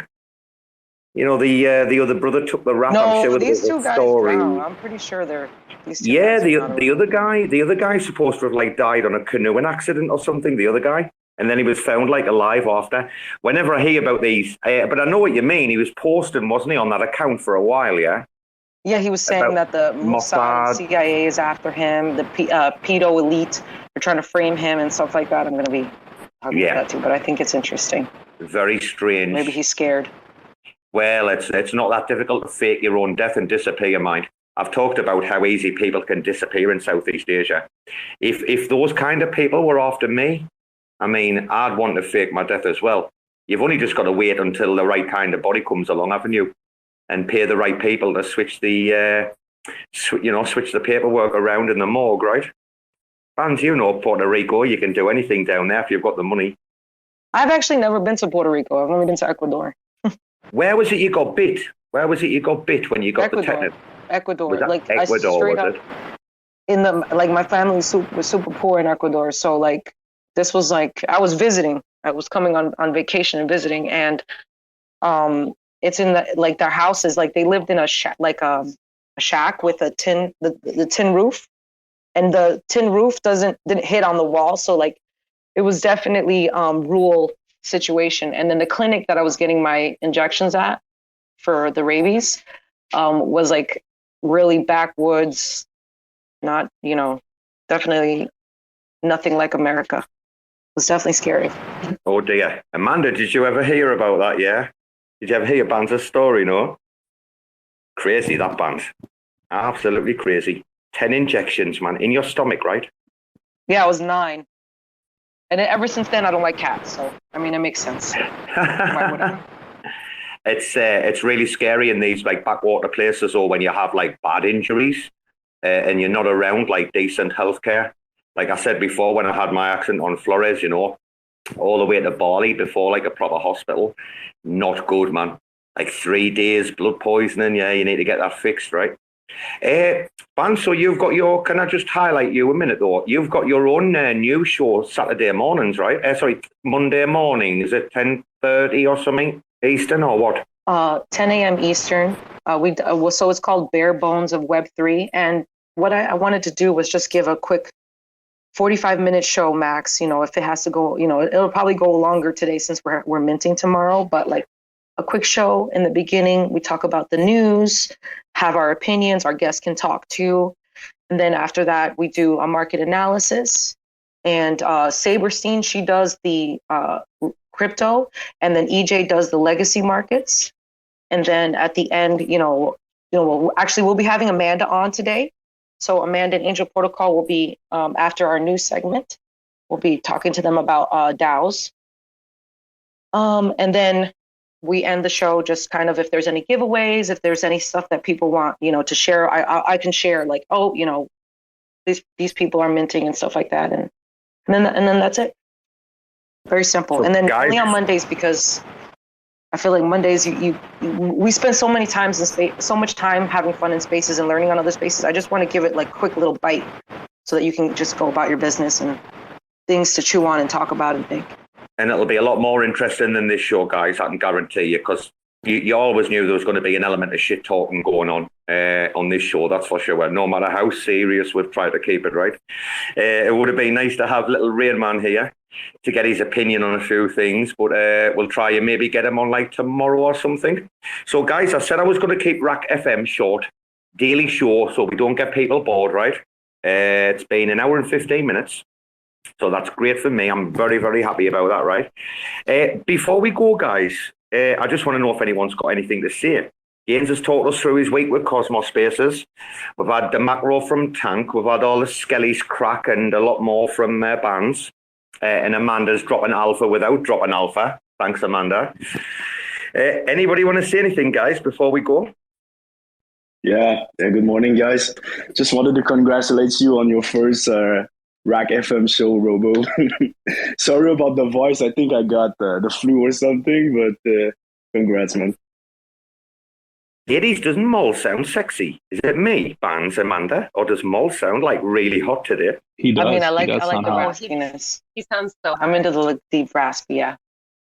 Raspy rack, eh? Raspy rack. Mole, we're going to do... He's got a good voice. Joe. Oh, Joe. Joe would talk. Joe would talk me into bed. Telling you, he's got that huskiness going on, Amanda, hasn't he? Yeah, like he's just that. Robo wants to be manhandled. He's like, yeah, sounds like Cosmo's Joe can manhandle me. he sounds like he's just had like 5 cups of coffee and 2 cigars. He's like, hey man, cool as anything. Like I love some Joe. Great to see Amanda's collaboration with Joe there. Yeah. Yeah, Mo, we're going to just make this a short, like 30 minutes, depending on how many people join or the amount of topics, yeah? Just like a little like random RAC FM news update show where we can just come on, be a bit more serious than our normal shows, yeah? That was the plan. I have a quick question. What do you know anything about the territory, Robo? Well, I'm leaving all that to Rain Man because apparently he's in deep discussions to get Raccoon deployed over there. I don't know. Looking at have you been to the website and the name service, and they even have a spot where everyone can like hang out, like a hangout spot, I guess. But I didn't know if you had gotten if you had minted or if you knew anything about it. The guys minted Riot the other day. I think Gaines minted. I do know Rama had a Riot. I think Youstic got quite a few. Yeah, you backed out. That's right. I remember the conversation. But no, I haven't been over there yet. I will have a look at it. I do know that they've made some decent money on the token. Probably should have paid attention by now, but I will do, Bands. That's on the list to get to. Yeah, but the name services were quite expensive, right? About 500 somebody just paid, yeah? It was like 40. I thought it was like 40 Tories or something. 40 Tory. 40 Tory, yeah. Is that all, is it? Okay, but that's a subscription. It's a rental, is it? It didn't say on the website. So. It didn't say on the website if it was a subscription, but it was 40 Tory. Okay, because I know a lot of them, like you can only like buy them for like the first year or something, right? You got to keep renewing them, yeah? What was someone saying on the spaces? Stars. Is Stars going to be the one that you buy outright? Is that what they were saying? I'm sure it was May that was saying it. I haven't paid much attention to name services other than Handshake, really. Cosmos name services, I don't know, with me, they don't stand very well after what Star Name did, which is pretty that much star dead name at the- IOV, that was so whack. I mean, I think I still have. I bought my star name and everything, and the releasing of the letters little by little, that was stupid. But anyways, what do you the Lens protocol? Do you guys talk about any other social media platforms off of Cosmos, like because you know how Aave has the Lens protocol, and they're building like an avatar service on top of this social media, but it's via Aave. I think that's really cool, especially since Aave's done so well. Not much, Aave's done really well. not much because last year it was all like in its infancy for me, and I was like, this is like 2 to 3 years before it's going to get interesting, you know. Like there was a lot of stuff I kind of abandoned towards like the end of the year, last year, beginning of this year, like P2E and stuff. A lot of projects I walked away from, you know. But things are progressing now, so I might have to get my nose in the books again, yeah. Bands, what's that Avatar one that you were just posting today? I saw that. The Avatar beta. Is that Ready Player Me? That's what I wanted to say. I'm such a stoner. I totally forgot. Listen, we are going to be having a mint party, but in the metaverse. So I was on the show. I'm gonna have a link ready, and then you guys can go create your avatar, and then we're gonna have like a little mint party inside of the spatial.io. And you can use your avatar because that avatar, Ready Player Me, works on different dApps, and it works with spatial. So you can go in there, dance. There's gonna be like, hopefully he figured out how to get the music going. But we're gonna be there's gonna be all kinds of information about the project, and there are a bunch of people just hanging out. And we're gonna also play Scrib for a little bit. So there'll be a giant screen with Scrib on there. So. I took a little tour. I had a little look at that today when I saw your tweet, and I was thinking I'd love to see like us walking around with our raccoons' heads. You know, that's the ultimate dream, isn't it? Yeah, to walk around our like metaverse casino with our raccoon heads on. Yeah, and then we can see Molly walking by, looking all good in her dress and her big old tail. I'm sorry, Amanda. Imagine, Amanda. No disrespect. Don't get me going, bands. Today Gaines posted. And he's like, "Oh, to Jade, we've already got lovely women in racks. We've got Molly, we've got Amanda, we've got Bands, we've got Sandy." He had to put Molly on that list, man, dude. It's true though. I mean, Molly, you should be careful now with that deep raspy voice you got. Now that we are getting all these female racks, you better watch out, Molly. Can we tell Amanda about how the group chat talks about Molly? Can we Amanda, everybody in the group chat is just like, who's Molly? I want her. I need her. Like, who is she? Yeah, Amanda wouldn't last in that group chat. She'd rip everybody's heads off. I don't even have anything to say to that. Oh, well, wait a minute, Gaines. Gaines, we're forgetting. Congratulations is in order. We did 23 hours of like spaces to celebrate Raccoon deploying on Huahua blockchain. Mol, while we've got you here, we haven't spoke to you. Your raspy voice is off your rough weekend. Don't worry, we know you and Zap were out partying, brother, right? Congratulations. How does it feel to be deployed on an alternative L1 other than Juno?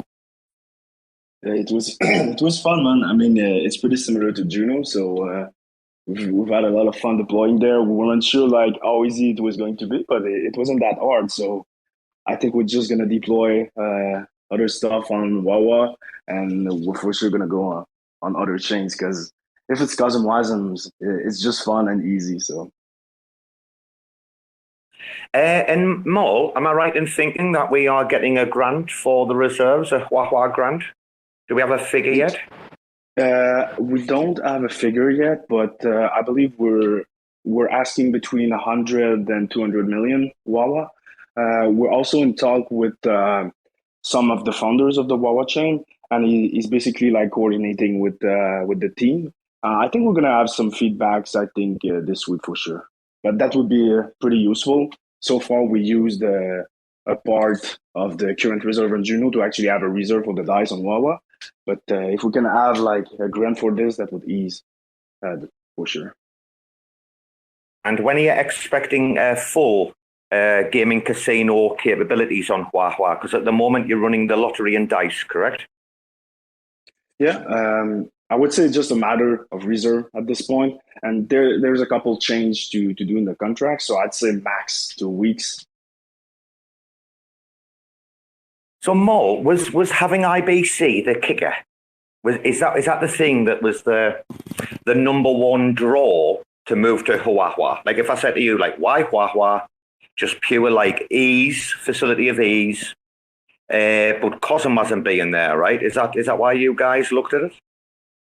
I mean, it was like, it's been a few times that Golden Staking called us. It was like, when are you guys deploying on Huahua?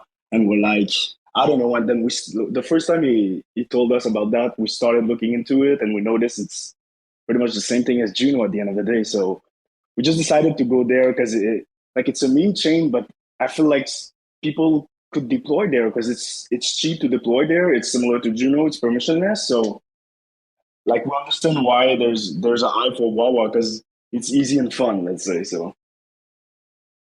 And there's quite a few builders over there as well, isn't there? There are people actually deving over there. I mean, it's not a ghost chain. There's actually things going on. I've heard the castle is coming back this week, yeah?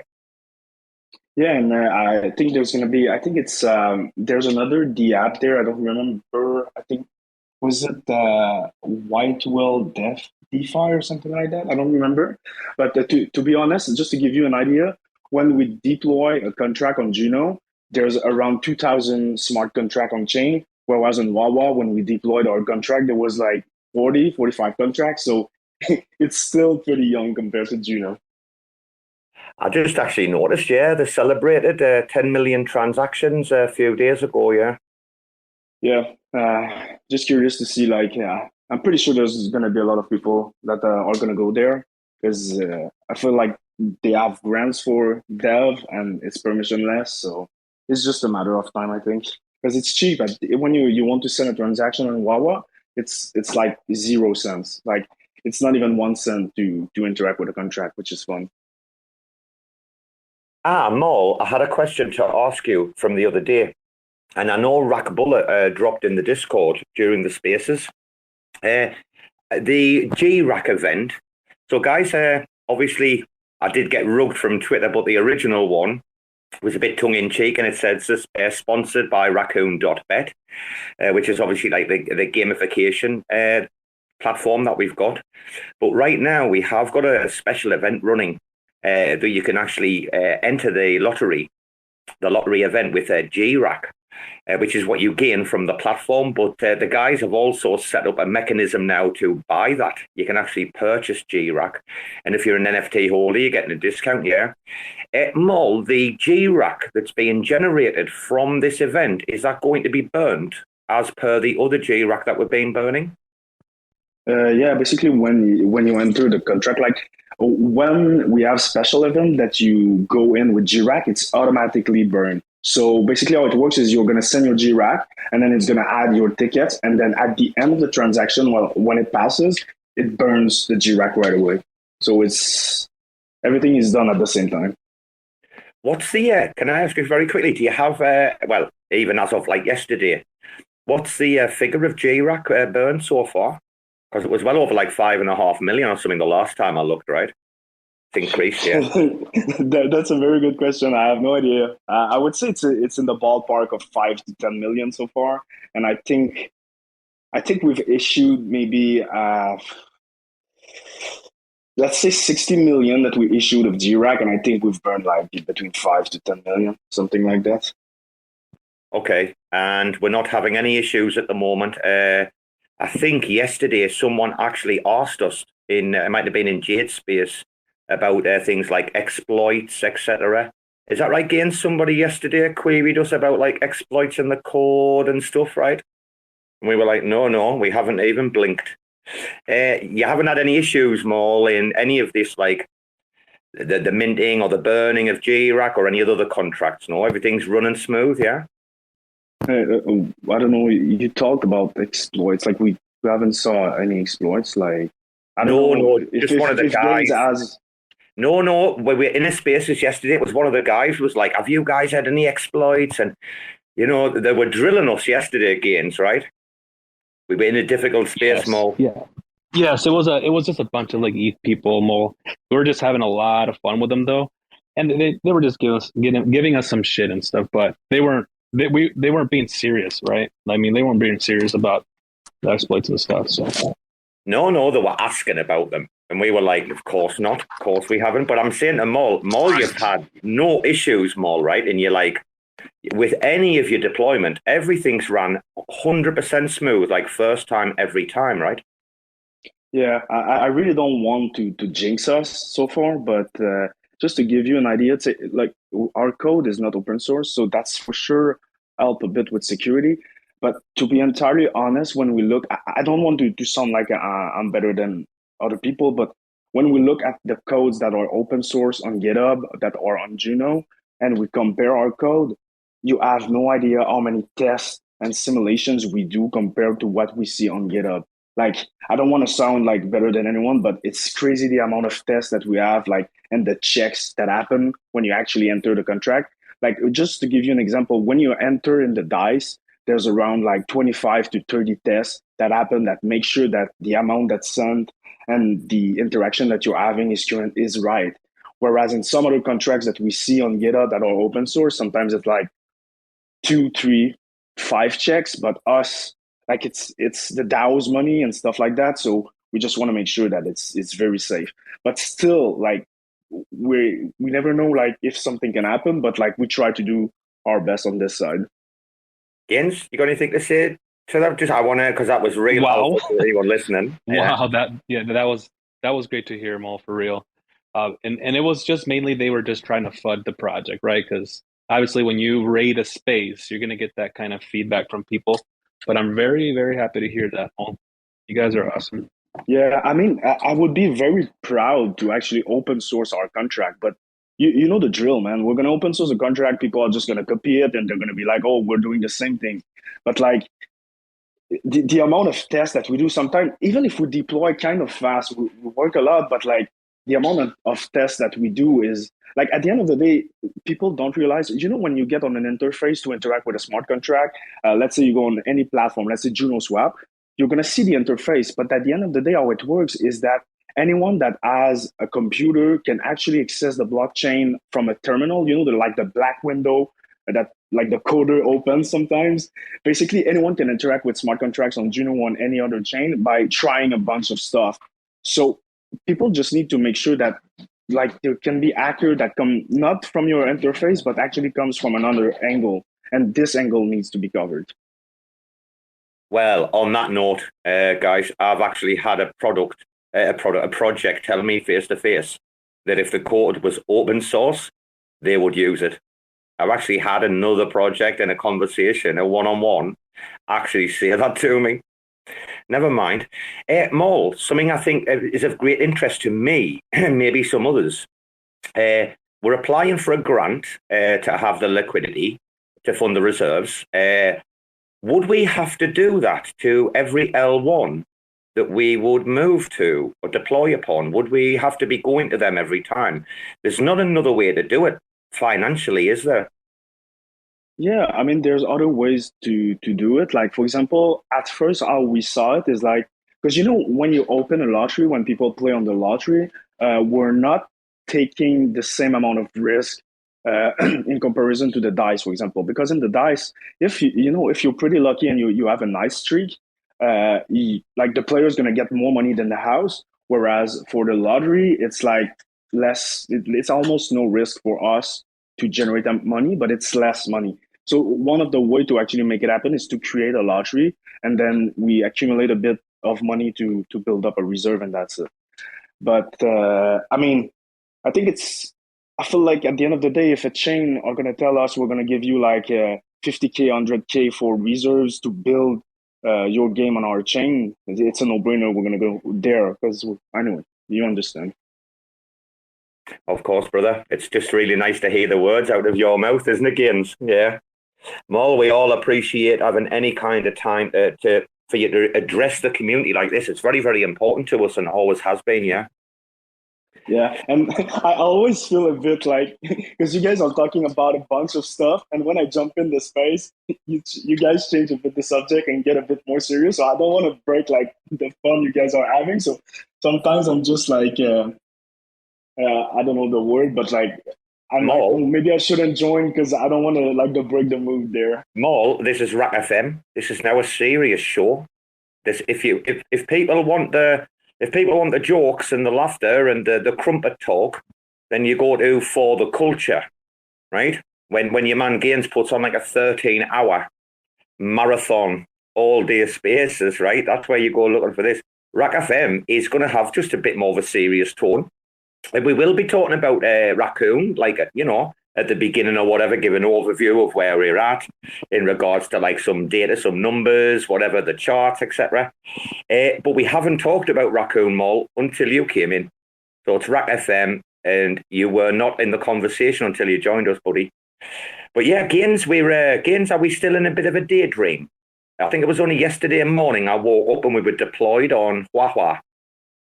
Still a bit of a dream, yeah. It was my first time getting rugged by the devs because usually it's Robo that gets rugged. He goes to sleep, the devs ship something, he wakes up and he's like, what the heck? What happened? Wow, you guys deployed in a new chain, wow. But this time I had to go through all that. Unreal, guys. But yeah, and 23 hours. Yeah, man, you guys are crazy. Like, I remember, like, I think it was on a Friday night here, or maybe Saturday night, I think. I don't remember, but I looked, I just checked my phone. It was like 3 or 4 a.m. And I saw you guys in a space. And then I woke up at like 9 or 10 and you guys were just closing up the space. I'm like, what the fuck, man? The underground main production facility does not close, Gaines, does it? It's working. Can you tell them all? You're the CEO, mate, of the facility. 24/7. 24/7. We got Ambito working the day shift, and then me and Brasco the night shift. Spread out across 5 continents, Mol. This is what Jake said. He's like, guys, just keep doing what you're doing. You're killing it. Absolutely killing it. We did touch on that subject, though, Mol, when we had Jake on. We did talk about the fact of to get a Juno Growth, award from the SubDAO, right? We'd have to open source. I don't care about any grants, Mol. Never open source for grants. We'll do it. We'll do it the other way. Yeah, license the code. That's going to be the future, Gains. Licensing their code. Yeah. We were literally, just talking about that. If we just wait and do this all organically, Mo, without having to open source it, I think we can get further. Because more of the attention will be on just RAC bet, right? Instead of open sourcing it and having other people copy the protocol. I mean, it's going to be better in the long term if we just work together and make this thing organically blow up. Yeah, that's exactly our Zap and I see it, because I feel like at some point, if let's say we have like 10 games and we have like different protocol because we're working on other stuff too, and then I feel like at some point there's just going to be people be like, oh, can we get this contract, and then we can just like sell the contract at the end of the day. Because like I think it's like you said, I totally agree with what you just said. I think we could sell these contracts instead of getting a grant, open sourcing it and giving it like almost for free. So Mo, you might be able to hook me up here, because this might be a really good like community question. I do know a lot like about license agreements. It's something that I actually like working as part of my job, guys, right over here. Yeah. I always have to check like the English versions of the contracts here, right? I teach license and contract, yeah, but I know nothing in relation to like code base. Mo, you're from like the coding industry. Surely such like agreements exist. Surely they can be protected like and enforced. Is that something you've ever heard of or know about? Licensing agreement? Yeah, I can give you a bit of feedback on this. Like I've worked like mainly most of my life I work in a private company. Well, it's a public company on a stock exchange, but basically all the coding that we did there is closed source. And basically, like if we want to sell something, like it happens sometimes that we're gonna sell some software, and like you're gonna have a license. Usually, how it works is that people are gonna pay, let's say, a monthly fee just to use your code and stuff. But like this is like it depends on the industry, it depends on the company and stuff like that. But usually that's how it's gonna work. They're gonna sell a software, or there's gonna be a subscription every month. But when you go, I also did like I worked maybe for 2 3 years. I did research in deep learning, artificial intelligence, and when you go more into the let's say research, and you work with professors like teachers and universities, most of the code usually how it's going to work, it's going to be open source, so people can actually like check your research paper and see the code and see how it works. But you're going to have some sort of license into it. Like if a company wants to use it, they're going to have to say they're using your code. So it's very different depending on which place you come from. Like, are you doing research or you're working for a company? Very interesting. Very, very interesting. Oh my God, Gaines. Has Gaines changed his profile? Yeah, people wanted to hear the story of your adoption. So I had to put that picture up for you. But I did have an anonymous message here in my DMs. Okay, they said, "Ask Mole if raccoons would accept a private investment." I mean, yeah, man. To be honest, yeah, because as of now, like, I'm gonna be entirely honest there. Like, if I was working, and if Zap and I were working for a company, a private company, we would make like much more money than we're making right now. So for sure, if we get investment or like people try to help us, like at the end of the day, that's for sure. We want to grow from the community and like raise money from the community, and they became owner, like the NFT holders. But like for sure, if people are going to invest in our product, we have to check the terms for sure. But it's it would be considered, let's say. Wow. Tank's got his hand up. That was big. Yeah. Someone's speaking my love language right now. Oh, here we go. Mr. Moneybags. Mr. Moneybags enters. He's worse than Candyman, isn't he? No, I'm not even joking about that. I'm the one that sent it to Little Games to ask. I'm not gonna even lie. Don't open source shit. Don't open source shit. Yeah, Mo, I'm gonna reach out to you. Wow. Yeah, for sure. And just to give you an idea, like we're creating like these games, but in the very background of these games, it's like mathematics and like probabilities. Because I also have a background in this, like I spent a lot of time in school, and basically it's one of the things that I used to do for like maybe 2 years. So I think what you just said is how we see it. Like I don't think we're gonna open source because I think we're onto something. So yeah. No, you guys are onto something. You guys are definitely onto something, and there's no need to open source shit. When I get back home later on today, I have a lot of thinking. Well, yeah, I'll talk to you more. Tank, imagine, right, that we're talking or having a like conversation now about what is still probably one of the best kept secrets on IBC. I still can't believe how under the radar in the like broader scope we are. Yeah, there's people who know, there's people who are paying attention, but it's not like we're on everyone's lips as like the go-to thing. All eyes are on Stargaze, right? We're just nicely like flying under that radar while they ship vessels, as Gain says. And it's also like vessels. And it's also like the other thing that we haven't explored yet is like more of like math application or machine learning application. Like I said on another space, we already deployed like a machine learning thing on Juno, and it was working.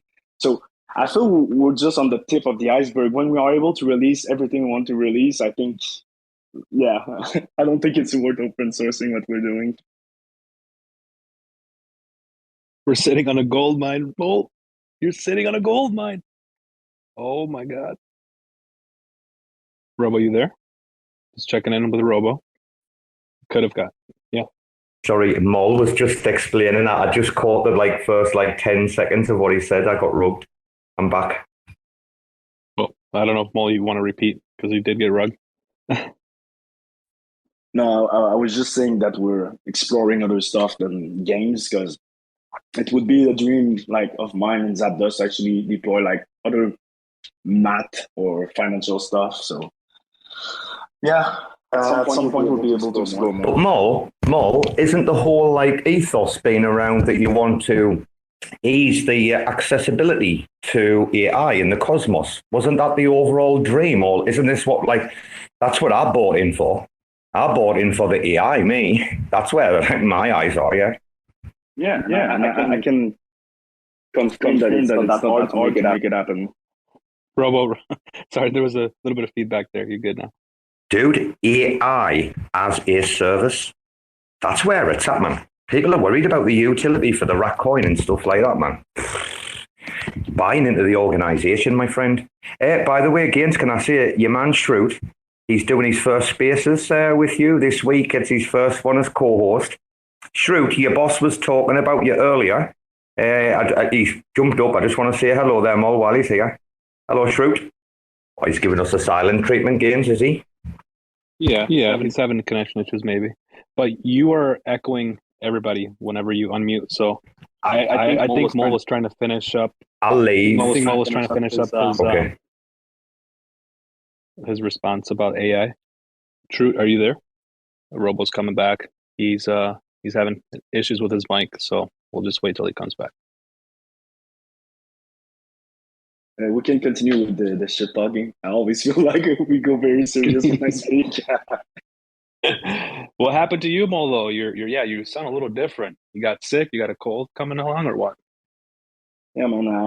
At first, I thought I was getting COVID again. I think I got it twice so far, and I don't think it's gonna be this time. I feel like it's more like I'm just getting the cold.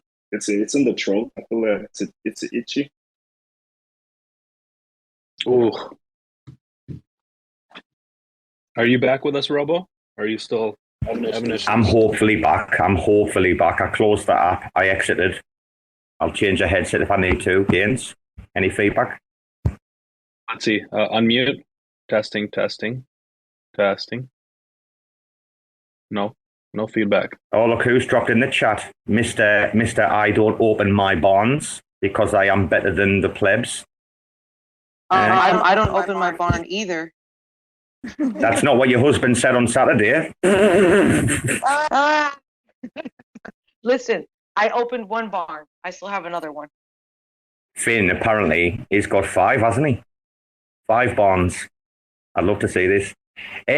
RAC, by the way, Mol, that was an excellent announcement. The Rackety Rack and Meneki announcement. Great to see. Lovely to see these little collaborations coming together, bro. And Tank was talking about you guys either yesterday or the day before, saying, just started chatting with you. And they were like, dude, it's already up on the website. Dude, he was blown away. Yeah, man, it's. I feel like it's so much more fun when someone just reach out and they're like, "Oh, can we make this happen?" And it's a bit different than just retweet what we did, get 10 whitelist spot. I feel like it's much more fun we have something to build a bit and to make it happen. I don't know. It's more motivating. That's it. Sorry, guys, I'm getting rugged by a state fucking trooper right now, so I'll be back in a minute.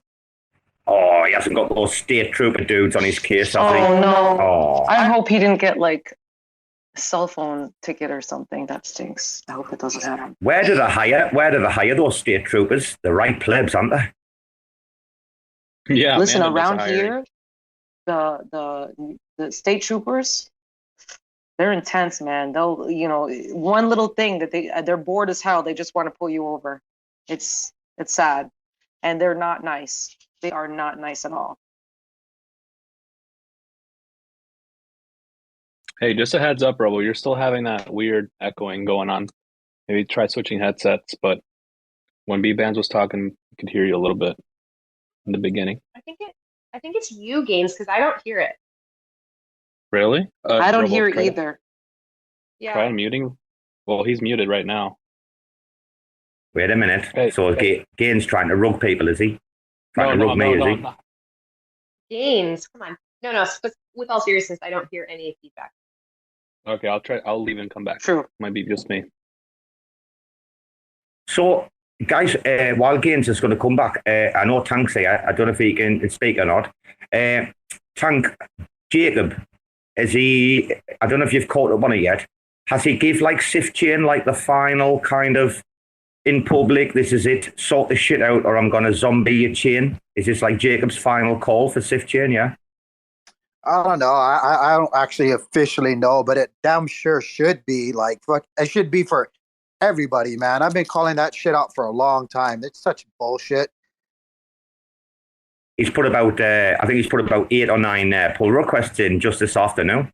He was going mad on the code today, Jacob, like going mental, I tell you.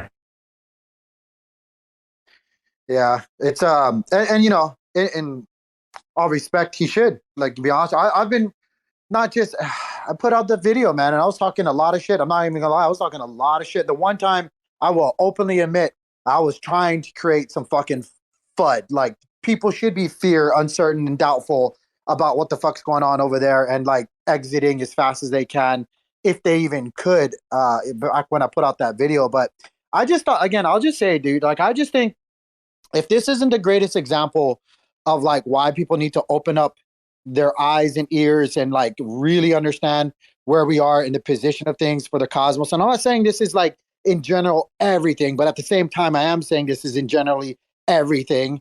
Like, why the fuck? Just ask yourself, why the fuck was nobody else in the cosmos ecosystem who's relaying, who's validating, who's in the inner circles, who works with them, not bringing up this shit? Like, why? It's not like we didn't fucking know that Jazer and all that. Like, I'm gonna call him out for what he is, the fucking thief. It's not like we didn't fucking know, and it's not like what a prime example. Todd said it the other day. Like, you guys had Todd on there and Jacob Wright on there and stuff. And he was on point. He was on point about like these again, not everybody, but these what I want to say, not communities, these inner decision-making members of whatever the fuck they want to call it, like fancy name they want to label themselves in these protocols and ecosystems. Like, it's a conflict of interest, right? Like, how the hell are you going to have a validator group making decisions on the chain? What? The same thing. Like, I'm going to be very honest with you, like, criticisms, I still, Oni sponsors my channel. I love Kevin. I love everybody over there, and I love, but like, honestly, let's be real about it. How the fuck are we going to have a sub DAO full of validators members on anything? Like, be fucking for real. Like, how the fuck, like, on anything, Juno Atom 2.0s, Juno, fuck any one of these. Like, how the fuck does anybody fulfill their fiduciary duty on as being a council member on any chain if you have a for-profit business that you're actually in part of? How the fuck does that happen? Facts. That's all I'm hearing. Cold, hard facts. And that's what you get over here, guys. And like, I'm shooting myself in the foot. Like, I'm not saying I don't trust Kevin. I'm not saying I don't trust Oni. I'm not saying I don't trust all these people in these groups. But at the same time, fuck yes, I am. Like, like fucking. Well, it's governance. Like, do you guys want me to be real? It's yeah, I love all these guys, but at the same time, motherfucker, I'm talking about business. Like, holy shit. It's the governance of the, I'm even gonna add. It's the governance of the governance, though. Who watches the watchers? And I'm even gonna add something to that. Thank man. I feel like at the end of the day, like, these people are gonna take some decision, but like, how often do we see people, like someone in finance or anything, that's gonna assess like the risk reward of what decision they're taking? Like, I never saw an actual like document that would say, okay, we should invest in this project that is gonna like generate these revenues over the next 2-3 years. Like, let's take for example, like, I don't know, I think Loop is getting like 40K Juno a month. So like, but we never saw an actual like financial statement or anything, an analysis to show what would be the revenues and stuff like that. I feel that's something that's lacking also in the ecosystem. Like, we never see like numbers. So I don't know. Yep, I 100% agree. Sorry, I was being quiet because I was opening up my garage door and it's loud as hell. But no, I agree. I like, again, I'm like burning my own bridge that I'm standing on, but I'm being honest. Like the whole reason why I do what I do and say what I say and I get up in the morning is, because I'm in the trenches with my brothers and sisters to the left and to the right of me. And if I just fuck it, if the bridge is wobbly, Indiana Jones, like, fuck, come on, man. Like, you better strap on because I guess we're going for a ride. Tank, wait a minute, guys. I want everyone to listen to this. If you haven't gone back and listened, and I think Gaines has, if you go back to the Robbo failed sleep-in spaces for the Culture 4, he rugged us, that Tara put up kindly on Spotify. If you go on Friday night, guys, I had the shame of my life, right? Most of you know. If you go to that spaces and listen to part 2, listen to when Rob Stack comes on and Rama and he have the debate, even though he didn't really answer any of Rama's questions, right? Listen to what Tank says at the end about the cosmos and about what it's like up there. Like he gives this speech, right? Guys, it's fucking brilliant. I listened to this speech, I rewound. I think I listened 3 times today to that same little speech. Tank, this is how I know you're mustard. Because I analysed this shit, mate, and that was fucking epic. I want everybody to go back and listen to that. I appreciate the compliment, man. But yeah, I mean, I don't know. It's just it's so obvious, but people are so quiet about it. It baffles me. Just to go back to my point about Sif Chain and their teams and the inner workings. You can't tell me that people didn't know. You can't tell me that people weren't concerned or if that's the only logical conclusion that I can come to is people were benefiting, and it's outside of the inner circle for Sif Chain. It goes so much further. That's the only logical reason why people are so quiet is kept, right? It's the only logical. Wow. And then I don't even want to go down those thought processes because that's so much of a rabbit hole. But I'm over it. I'm fucking over it. What a scam, though. What a scam. And you know what? Carver, I mean, you look at what they're doing over there as well. These are just things that shouldn't exist. Sif Chain, man, should be fucking zombie to death. Hey, Tank, remember that space that we were talking about, Sif Chain, and how I said, yeah, they reached out to me about wanting to host a space. Well, what a coincidence that they wanted me to host a space for them, during all this, before all this shitstorm happened, right? What a coincidence. Yeah. I'm starting to believe that in crypto, especially, that there's no such thing as coincidence at all. Did Todd sound like he was like a defeated man? Todd sounded like he'd given up, right? I went back and listened to it, and then again, I don't want to assume, especially on people's tones and stuff like that. But I did hear. I don't know. I feel like maybe he's not giving up, but he's just over it as well. You can tell the people that are really, they were trying to and be, not getting credit where credit's due and not being appreciated or just don't want to play these muddy, murky games of dilution for the things that they're doing. Or they're sick of it. Gaines, did you hear Tank perfect there, or is it just me? Did he break up for you, Gaines, as well? Just a little bit, yep. But I did hear most of it, Tank. I was driving through that one dead zone that I always drive through. Sorry about that. I hate them. We've got them in my bloody village. I hate the dead zones. Start panicking. No. But like I was saying, though, I think there's a lot of people who are kind of just waking up and, that's right now. I say it jokingly, right? But I choose violence because if nobody else is willing to stand up and fight the good fight and, talk about the things that are very uncomfortable, Cosmos isn't going to last. I mean, and maybe, I don't want to say that, but Cosmos will last. But the Cosmos that we're hoping for and that we deserve is not going to be what we get. It just won't. Well, Gaines might be able to tell us that. I want to know about this. Gaines, when I listened to Todd and then we were talking to Noel from King Nodes and what have you, right? Are these people too deep in with their stake to be able to like just walk away from a chain. Like surely they could just fucking zombie these really like proper shit chains, right? That we're looking at right now. But people have got like bonded state, right? Absolutely. That's why Todd was having a hard time explaining how bad this was for him because he was deeply invested. He had a big, large stake of SIF chain, and sometimes that's what you have to do as a validator. When you see your validators going down in the set, you have to take out liquidity from your own funds, from your bank account, to try and keep that validator alive. Well, you're not getting anything. You're not getting anything reward. In fact, you're probably going to lose out. Yeah. It's a tough game validating, right, Gaines? Very, very tough game. That's why raccoons want to stay away from it. Raccoons have got no interest. I was going to ask Todd, I was going to ask Jacob and King Nodes about private voting. Would that change the way people would vote? Is there a big influence on the way you vote because it's not private? I was just gonna ask that question, but I just forgot about it during that time. I think it's an important topic of discussion, though. We should bring up next time. Why? Why is that something you feel personally about? No, not us, not Cosmos Spaces. We're just the normal guys, like with the community and stuff. But I'm talking about the bigger validators, bro. The bigger ones that have a lot to lose if they vote in one direction, and they're only voting in a certain direction because they don't want to lose big whale delegations.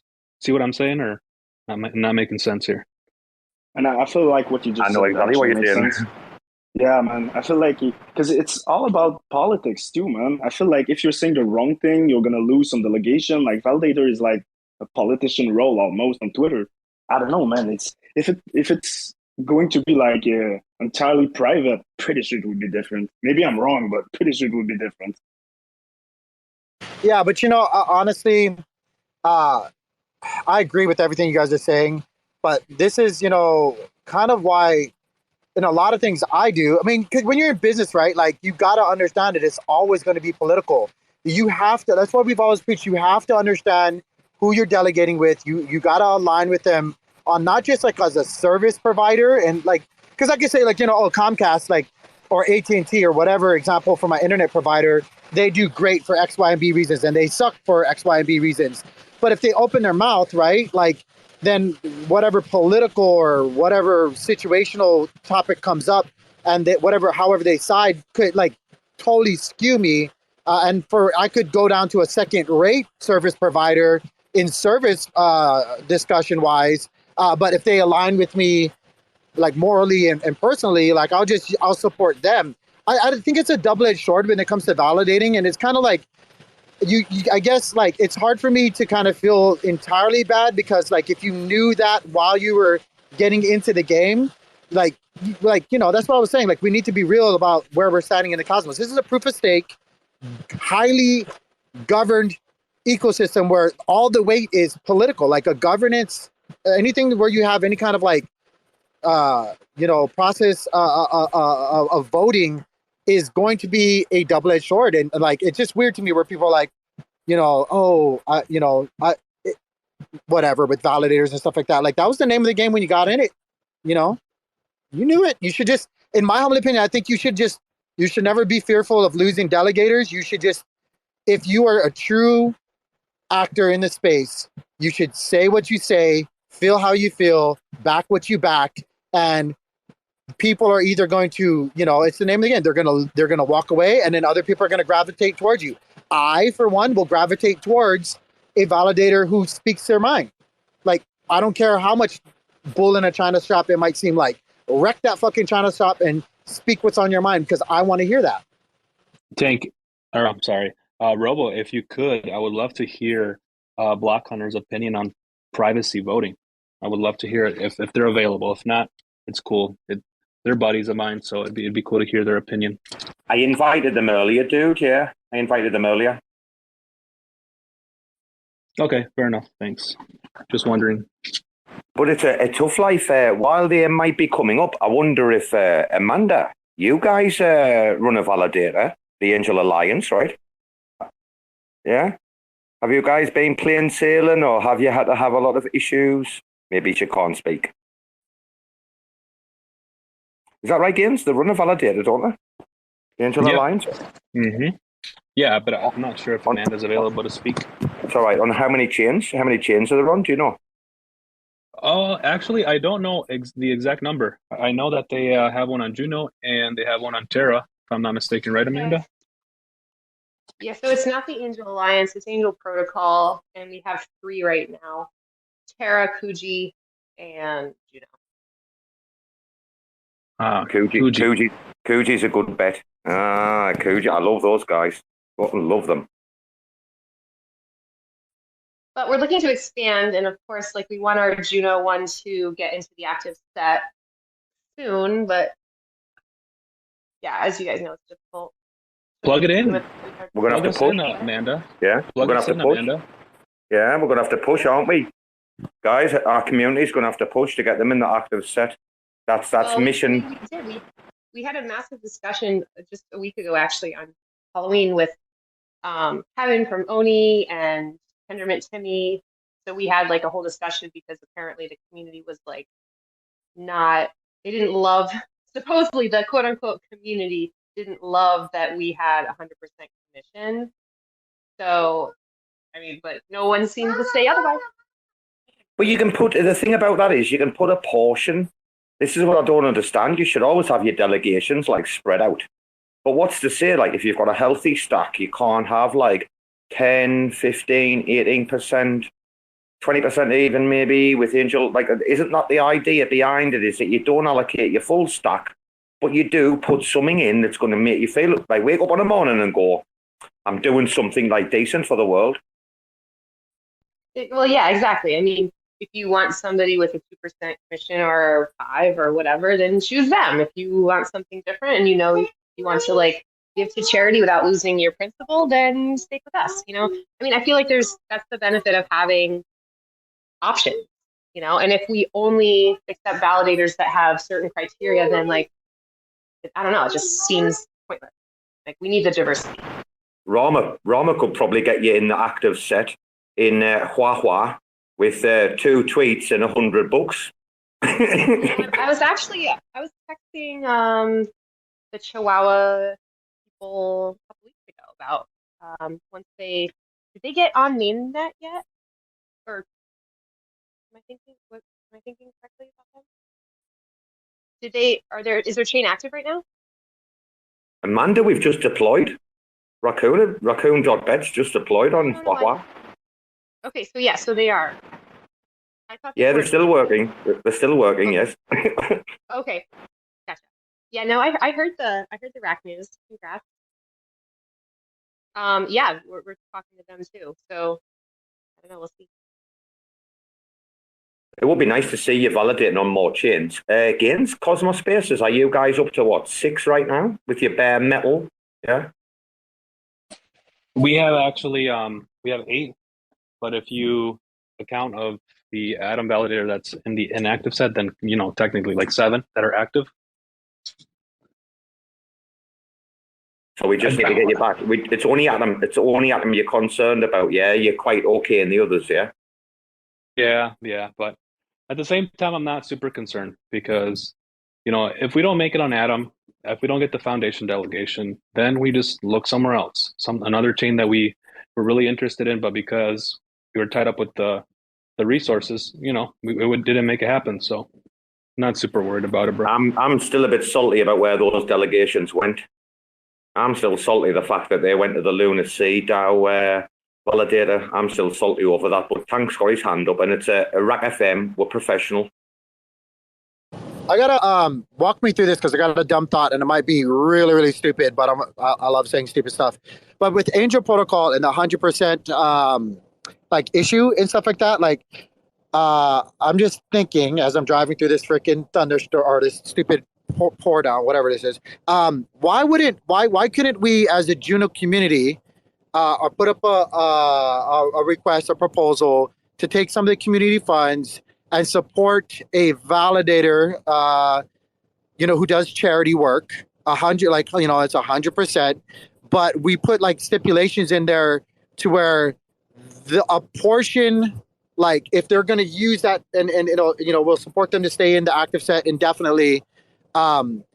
a portion of those Junos that they take from the rewards to give to charity get burnt, like not sold and traded, but like burnt. Because what I'm thinking is like the elephant in the room is like people like to pretend like they're charitable, but they're not.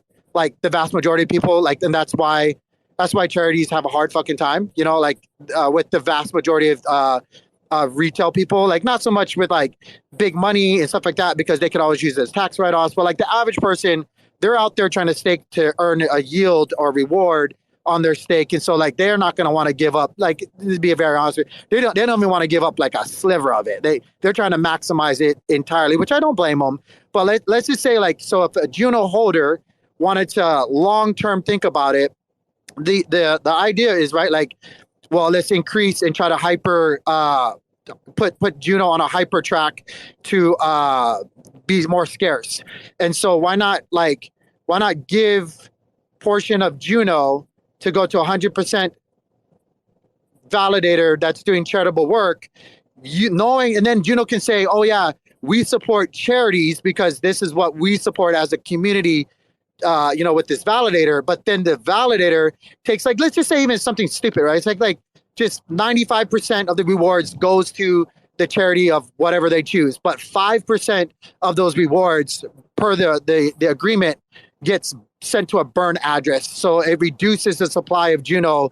And then also, so like long-term voters or long-term thinkers or the voters that support that also know that they're doing themselves a service because they're actually taking Juno out of supply and making it more scarce. Is that stupid? Does that sound like a dumb idea, or am I just like way off? I'm not like, I don't know 100% like what the community would like, if they would like that. I mean, it sounds very interesting. I would encourage you, like, if it was recorded by Spaces, but if you want back, and that's the thing, like, Angel Protocol is not going to get like a lot of delegations by just like people who stake 15 Atom or something, or Juno, I'm sorry. Like, that's, we need the bigger, like you said, the Juno to like give us a delegation or something. And then for them, it's more of like, wow, they like Juno as a whole or as a network is doing their part to like give back. Like, that's what we ultimately we need. But yeah, Timmy suggested something even where like maybe Juno, like we create this like pact of, hold on, honey, we'll look for Salman. I love it. Mom life. I love it. I look for bugs like all day long. Yeah, but like maybe like we create this pact, and I don't remember the name, what he said, but something along the lines of like, let's create this pact of validators that are like Cosmos Spaces or like Aqua or like people who are doing like giving back and making a difference socially. Maybe like create a pact and like there's a delegation and we all kind of like help each other out. So if one needs a little bit more, then the funds goes to them at the time to keep everybody in the active set. And I'm not sure how that would look. I mean, but we were just like obviously just riffing. So I don't know. I mean, I think there's possibilities. It's just we have to start that discussion because obviously we know that the people at the top are getting the most delegations. And I think there has to be a different approach. But I listened to that. I listened to that whole conversation that you guys were having with Oni and Timmy them, and I thought it was a very interesting conversation between you all. A lot of great ideas, but again, like I think also, like for it to like, I'm just calling for what it is. Like, I'm not saying people are shitty, but people are kind of shitty. For I think it to be interesting and appealing for the greater community, like we have to find a way to like reduce or make sure that Juno number go up, or like it's going to go someplace where Juno number somehow goes up. And like the easiest way I could think of is like, okay, maybe, again, like I said, like just a small sliver of the rewards that you guys take gets put into like a burn address so that those get taken out of circulation.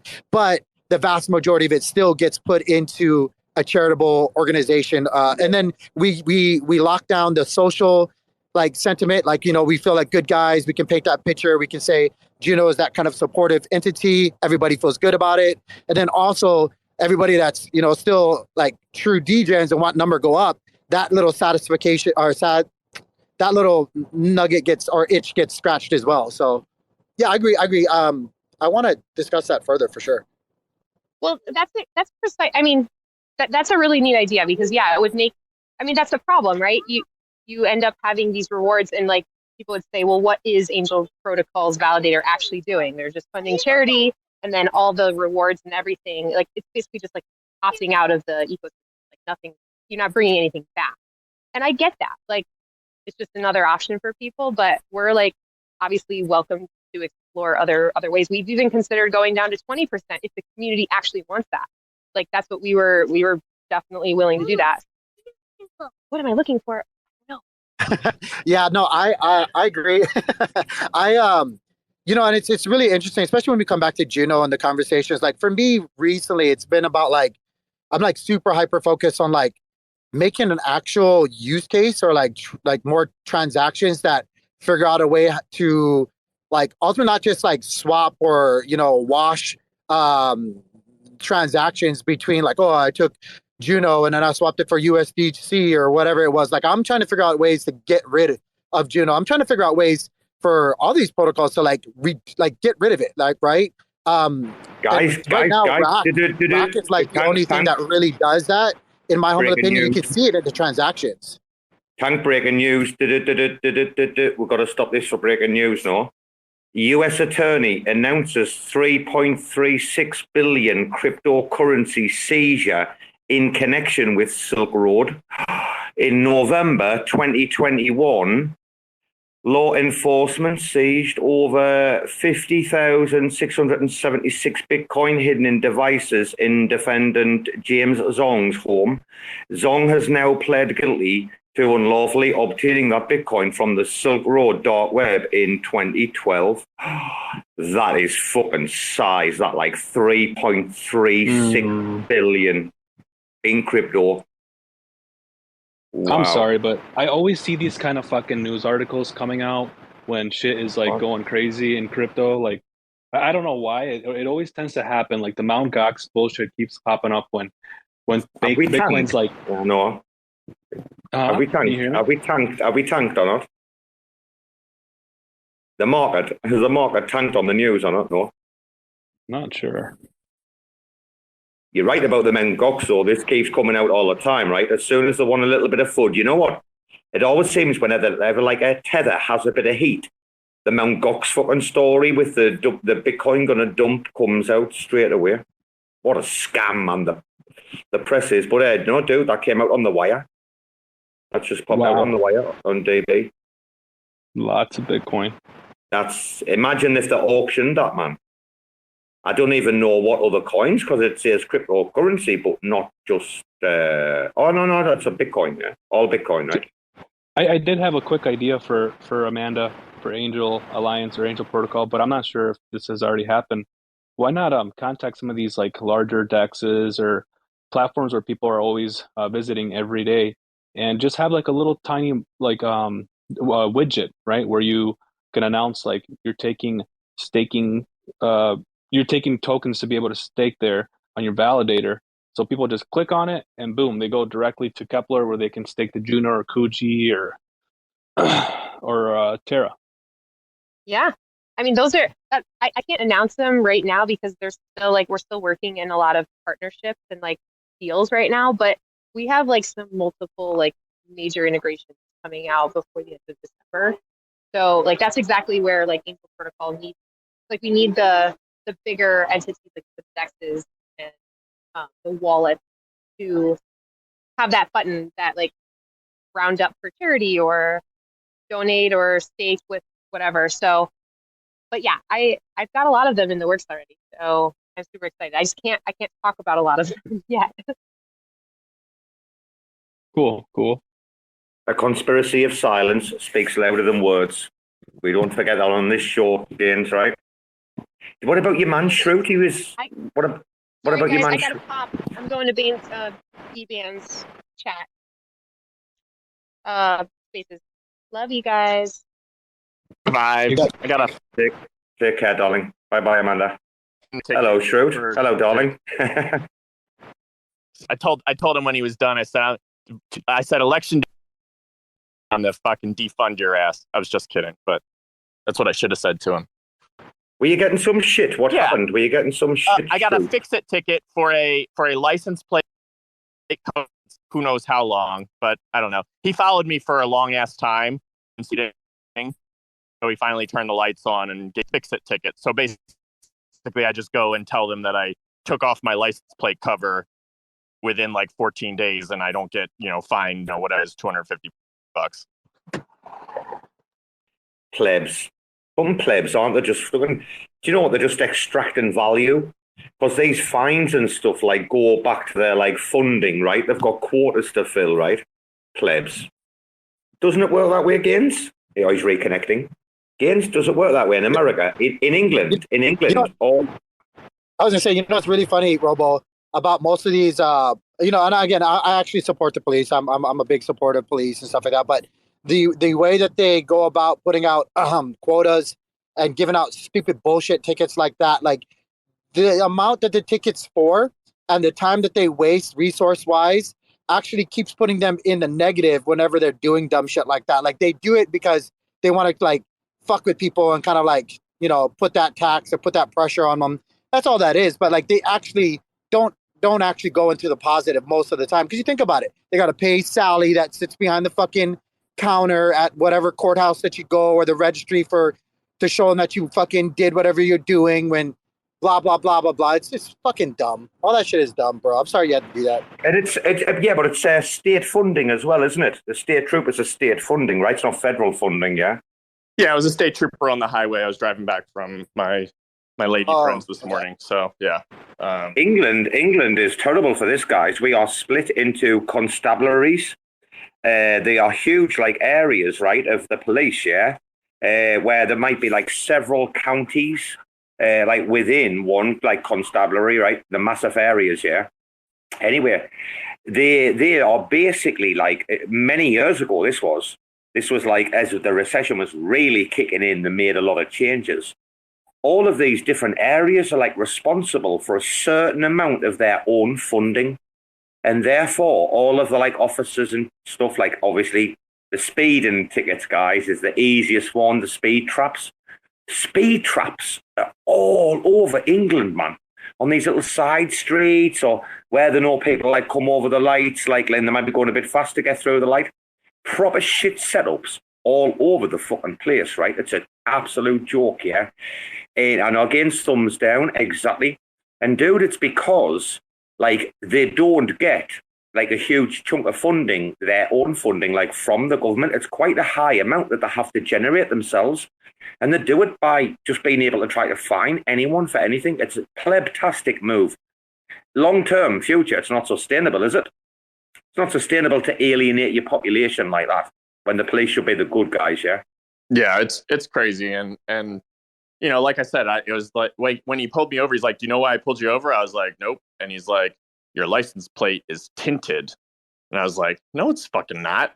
I mean, maybe it's like not, crystal clear, but it's definitely like visible. Like I got out when I got home and looked at it and I was like, I don't know what the fuck he was, I guess he was bored or something. But anyways, I'm not, whatever. I guess he's just doing his job, but I guarantee you while he pulled me over, there was like people, rolling, fucking 85 in a 70. So in England, everybody buys this, like, stuff. It's like it isn't hairspray, but it's like hairspray.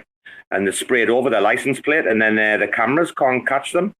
Everybody's up to that shit, ordering that shit on eBay, man, back home to fucking try and disguise the license plates for speeding. Good morning, Marty. Good morning. Yo, before I got good morning. Sorry to shoot. I just wanted to say that. Before I got rugged by the state trooper, one of the things you were talking about right before it happened was like, how do we continue to fund RAC without like going and getting a grant and having open source? And I don't know the exact details of it. Maybe Tricky would probably be someone to kind of ping about it. But I know on Evmos, they're doing this thing called like fee share splitting. And so I think when you create a protocol on Evmos, I believe they have a way that part of the fees generated for the transactions, you can actually have your protocol be a beneficiary of some of those fees. And as a result, that's what's happening on Juno, right? There's a proposal for this, isn't it? The developer share, yeah. It's on Juno right now, yeah. Prop 51. It's on Commonwealth right now, and that's one thing we actually brought up in a space with Mole RAC Dev, and he was considering it because the contract, when it executes, right, the fees would be shared between the protocol for that contract, or the contract, and then that would definitely bring in some revenue for the RAC devs. Yeah, I mean, because RAC, I mean, RAC isn't like the beauty of RAC is it's transaction based. So like the more users, the more transactions, the bigger that little kitty pot is gonna fucking grow. It's not like an NFT app where you mint out your 100 or 1,000 and then that's it. Like this is like you're talking. I mean, look at the volume of transactions Raccoons brought to Juno in the first place. So I mean, I'm sure you could extrapolate out what that potentially could have already brought in, and just kind of if you keep on the a similar level of growth that's been happening, you kind of figure out if that would be enough to kind of help the devs eat more than ramen. That's True. actually. Sorry. That was actually one of the reasons why I was very excited for Arcway, because I'm like, whoa, if a developer has a really great protocol, they launch it on Arcway, that they could split the fees for those transactions, they would make a killing. But now that that's happening on Juno, we're good to go as long as they can pull it off.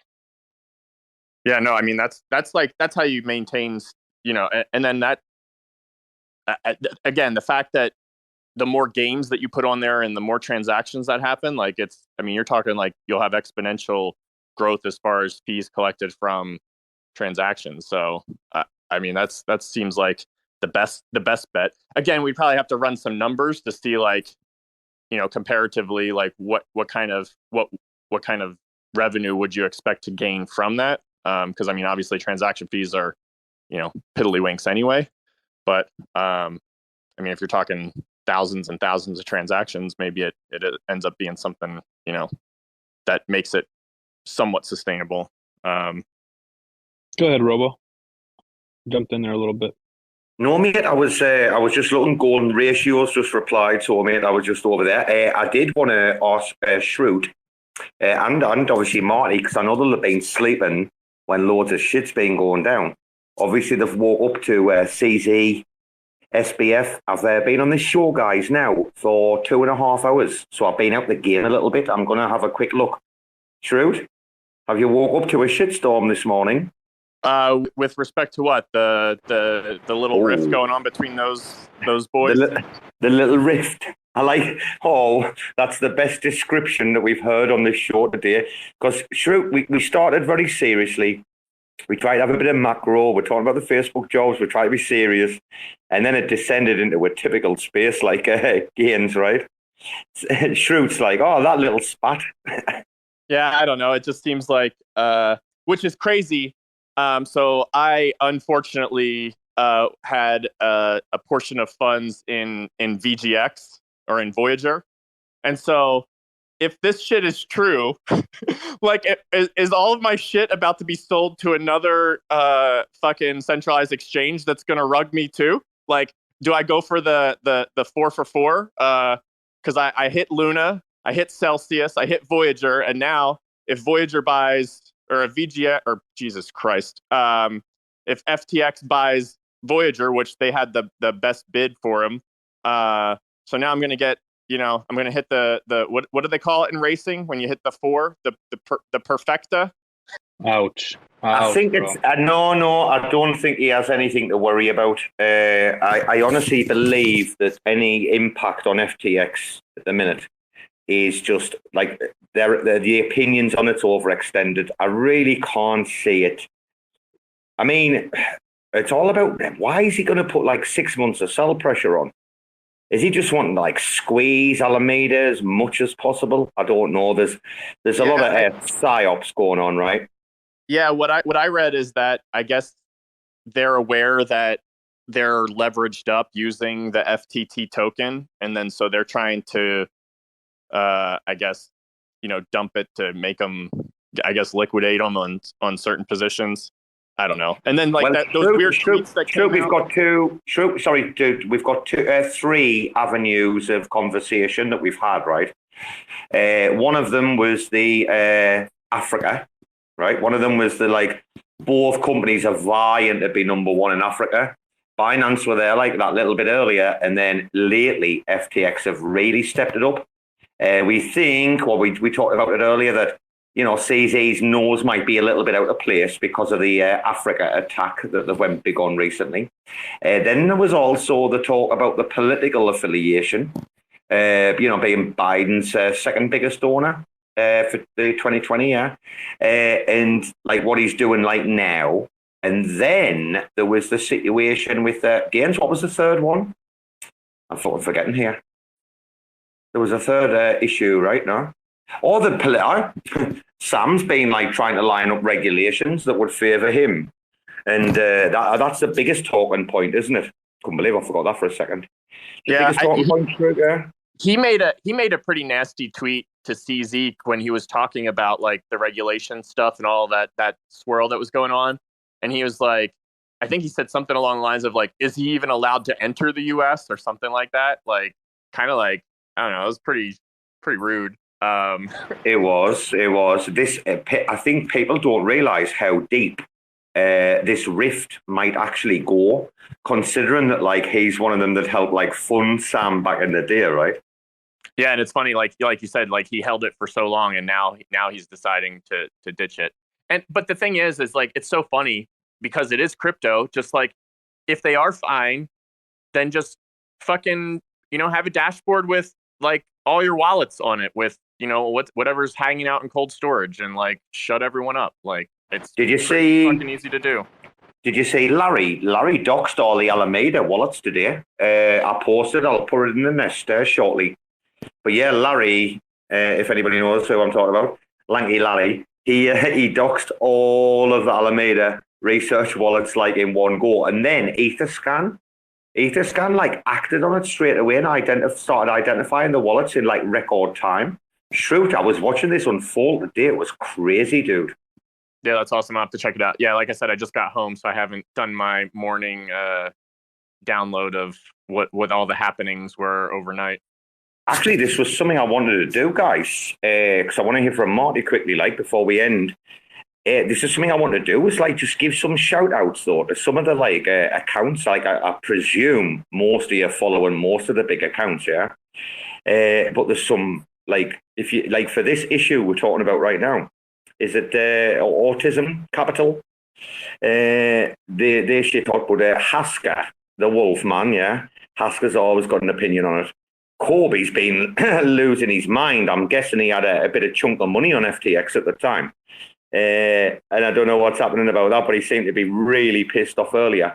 But there's some really big accounts that are you need to pay attention to right now. I think as to what's going on here, because all the gossip is on Twitter, man. All the fucking gossip. Gaines, have you been following Caroline as well or not?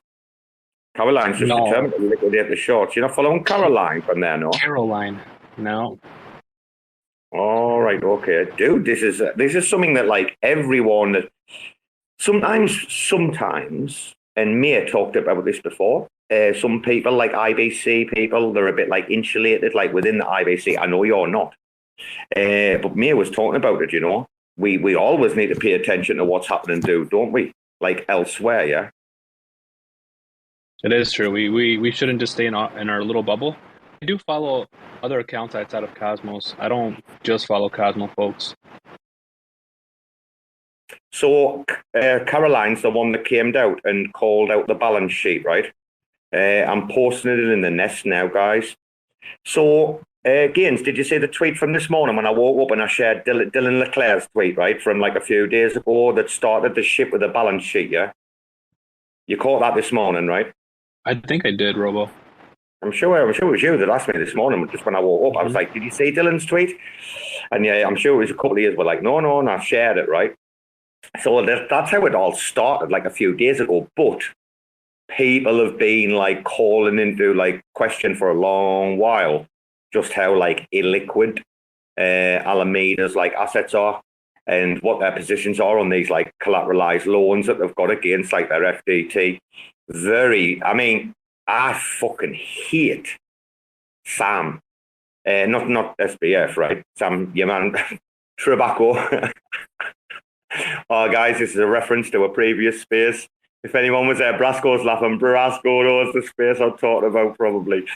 Tabasco, right? I hate him, mate. He's a fucking lech on the industry.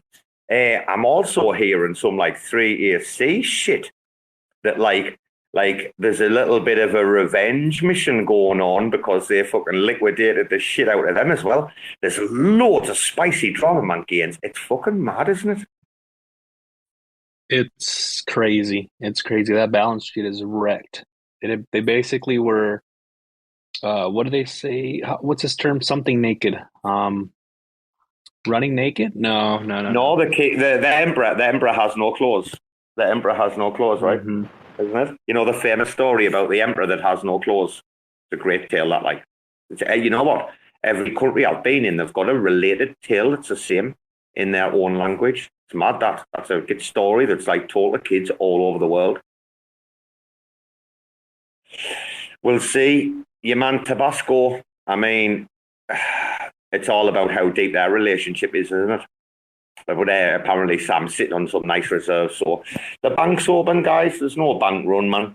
Watch. I bet you in 2 or 3 days, the deposits start hitting FTX again in numbers, in size. Watch, man. Watch. You think so? You think it's just a little mind trick from CZ? Not a little mind trick, but it's just mind games that CZ's pulling off.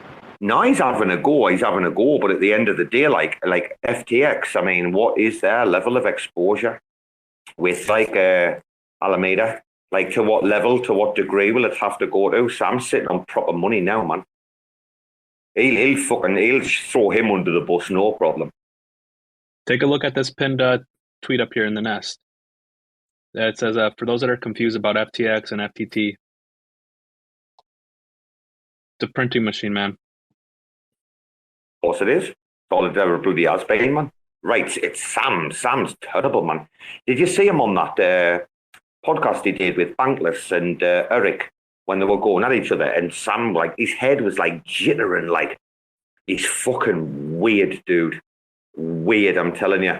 Like, if I didn't know better, he'd be a CIA plant, Sam. Like I'm not too sure. Like, if anyone knows about the program I'm talking about, if anyone's read Chaos, Sam to me, like, he could be a plant. Like, tell you, I've been bad mouthing Sam like for at least a good year and a half.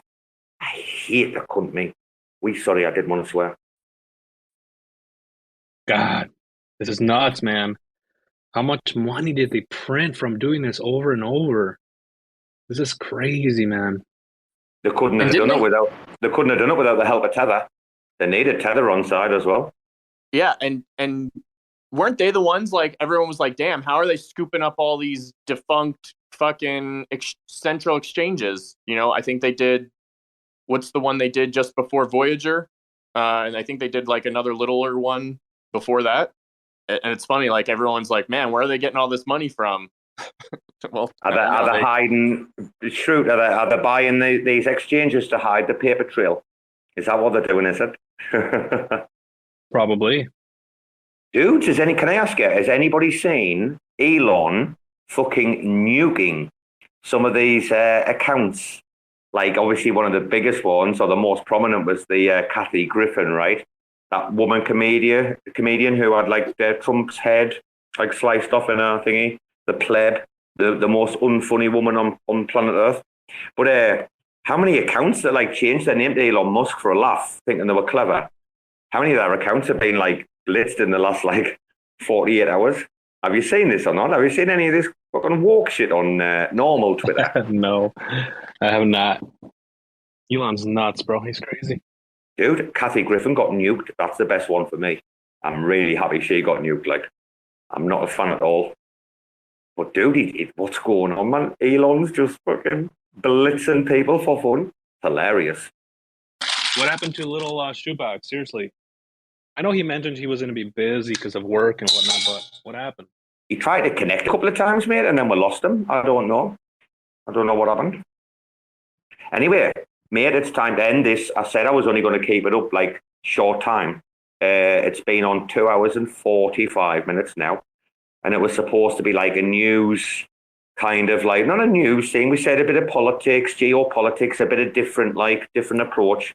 Gaines, it's been a decent show for the first one, right? Yeah. I enjoyed it. To be honest, I enjoyed being a listener for a little while and just listening to, you guys talk about economics, politics. I enjoyed it.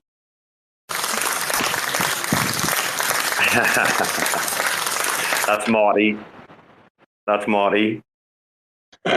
No, you don't need me anymore. You guys got the soundboard now, so I'll just shut up. Hey, Marty, you should go back and listen to the beginning. We did try and talk sense at the beginning about a few relevant things, but tonight, I didn't have any schedule or anything. I was going to write some notes and make a note of things, and I was like, bollocks, that's not who RACs are. However, I am going to put one on tomorrow, right? I said I'd leave this up 24 hours. People can listen throughout the day, whatever. I'm going to delete it, do another one tomorrow night. This one will be shorter, though. I want to try to get them no longer than about an hour. Just come on, whatever gossip. That's what I want it to be, a bit of it, whatever gossip's going on, whatever drama. We can jump in for an hour, listen to whatever crack there is, have a little bit of RAC updates or whatever's been going on, right? And just I don't know, have something a little bit different where we're not just shit talking constantly, losing joints, but we are having some relevant conversations, trying to be clever people, the clever people that we are. Because Gaines, maybe we love shit posting too much. Maybe we need to show our brains a little bit more now. Well, me. I think we should, right? I think we all should. Just cool it with the memes and cool it with the shit posting and get a little serious. Show people that we actually know what we're talking about 10% of the time. What was I gonna say though? Don't calm down on the memes, and I just mean the spaces. If RAC can present something that is more presentable, then that's going to gain us just that little bit more validation. Yeah, we need to show we can have the shit talk and spaces, but when it comes to when we want to talk about shit, the real life shit that we can do as grown adults, right? Right. I maybe try pushing it out just maybe another 30 minutes. So at 8 p.m. Eastern, because I've seen that there were more people joining in just a little bit late, So my idea would be, so I know Tank does his stuff a couple days of the week. There used to be this sports talk radio show in Philadelphia that I would always listen to. And oh, by the way, I can't believe the cheating fucking Astros did it again.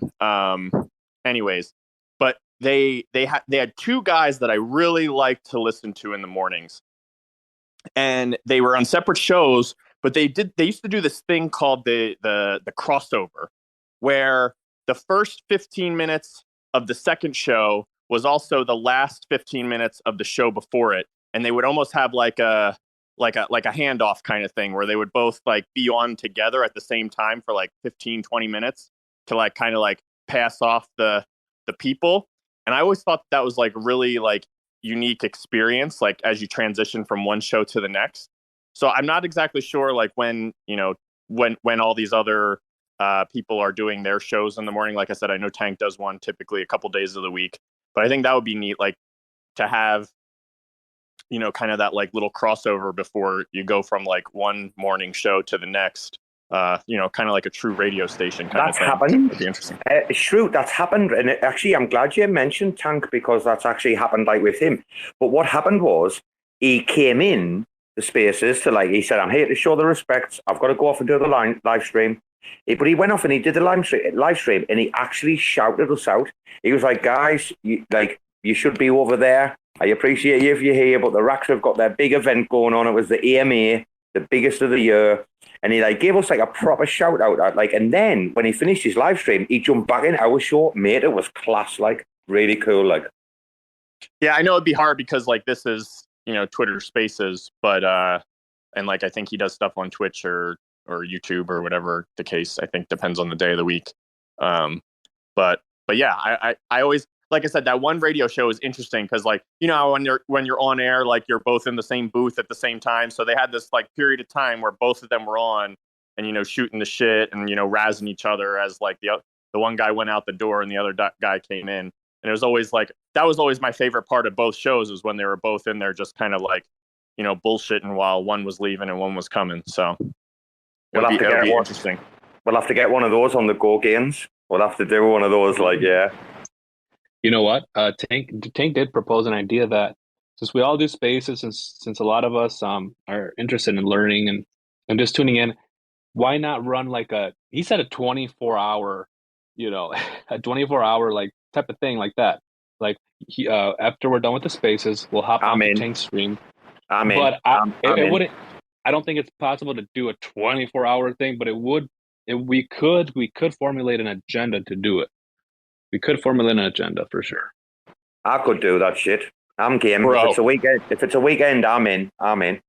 Dude, after that Friday fucking space, holy fuck. It took me all day Saturday to get the fog. I think I went to bed at like, I don't know, almost 5 a.m. here. And I think I started at like, when did we start? Maybe like a little bit before 10 my time. Oh my God. Shrewd, do you know we did one yesterday as well? All day. I heard. Yeah, Gaines mentioned it to me. We did 12 hours yesterday, man. We had like validators coming in. Well, what happened was Mia did one for 6 hours. He got rugged. I did one for like 25 minutes. Then like we found out Jade was running one. So we ended that one and we all just aped into her, like about 10 raccoons, 12 raccoons, just like literally bailed into Jade's spaces. What was it like, Gaines? It was hilarious. We just took it over, dude, didn't we? Oh my God, it was awesome, bro. We formally introduced Rarma. We introduced Robo. It was just a blast. We were doing a good job out there, man, for real. And then what happened? Where did the next one? When Jade's space died because she fell asleep. Who started? Did we do For the Culture? Start another one? Yeah, we started another one for the culture, and that one lasted like 4 hours. I was fucking tired. Like, I woke up when Tank started talking, and I'm like, "What the hell? You guys are still here? No way!" 22 hours in a space, like a 48-hour period, right? 48-hour period, 22 hours of spaces, dude. That is legendary, that, man. Hell yeah. I'm going to jump off, though. I'm going to join the ladies on their space. Me too, mate. With the space skellies. It's time to listen, mate. Yes, agreed. Yep. We'll end this. Quite successful, nearly 3 hours. First RAC FM. It'll be back tomorrow. It'll be shorter. It'll be done at 8, like Gaines suggested. It's only going to be about an hour. We'll see what's happened that day. Quickly report. Anyone's got a project, come up and speak. We'll see if we can keep this going. 4 days a week, Monday to Thursday, right? Breakfast show for you, Yanks. Take care, guys. See you later, right? See you later, Brasco. See ya. Thanks for checking out another episode of The Ether. That was episode 1 of the RAC FM show. This was the recording right after they got rugged, so I don't know, whatever you missed, probably not important. Recorded on Monday, November 7th, 2022. For TerraSpaces.org, I'm Finn. Thanks for listening. And if you want to keep listening, head on over to TerraSpaces.org/donate and show some support. Sneaking through back alleys on a little cosplay. Broadway all day, looking like the wrong way. Resuscitating major players in the waiting room. Sifting through the paperwork while I be debating fools. Breaking rules, breaking bad, like we always wait for doom. Slayed a few in my early years, off beneath the shrooms. Sitting in the dark, waiting for the daily news to let us know what we should believe as the latest truth. Stay aloof, writing rhymes in the studio. Trying to keep it well lit like filming a movie roll. Sorting through support from your endorsements. Of course, we're tripping balls, handing reports in. The latest proof ain't a way to move, change the view. Just a bunch of peckerheads living in a chicken coop. Picking at the dinner, finger licking like the plate is good. So kick it for a minute, then show me what that thing could do. 2 + 2. Show me what that thing could do. 2 + 2. Show me what that thing could do. 2 + 2. Show me what that thing could do. 2 + 2. Big She always gets the best of me when I kick it in the lab, messing with new recipes. Gotta mix and match, flip the latch, letting rhythm scratch. Dope shit, spitting facts with my vision smashed. Big drip aristocrats, dishing out a list of trash. Missing wisdom, this fish is too big to catch. Better let the missus know where you hid the stash. Watch your next step, bro, before you hit the traps. Walking on eggshells, tripping over landmines. And I'm about done dealing with these damn lies. Man, I'm looking at this planet like a franchise. Chastised into digging holes in the back nine. The latest proof ain't a way to move, change the view. Just a bunch of peckerheads living in a chicken coop. Picking at the dinner, finger licking like the plate is good. So kick it for a minute, then show me what that thing could do. 2 plus 2. Show me what that thing could do. 2 plus 2. Show me what that thing could do. 2 plus 2. Show me what that thing could do. 2 plus 2.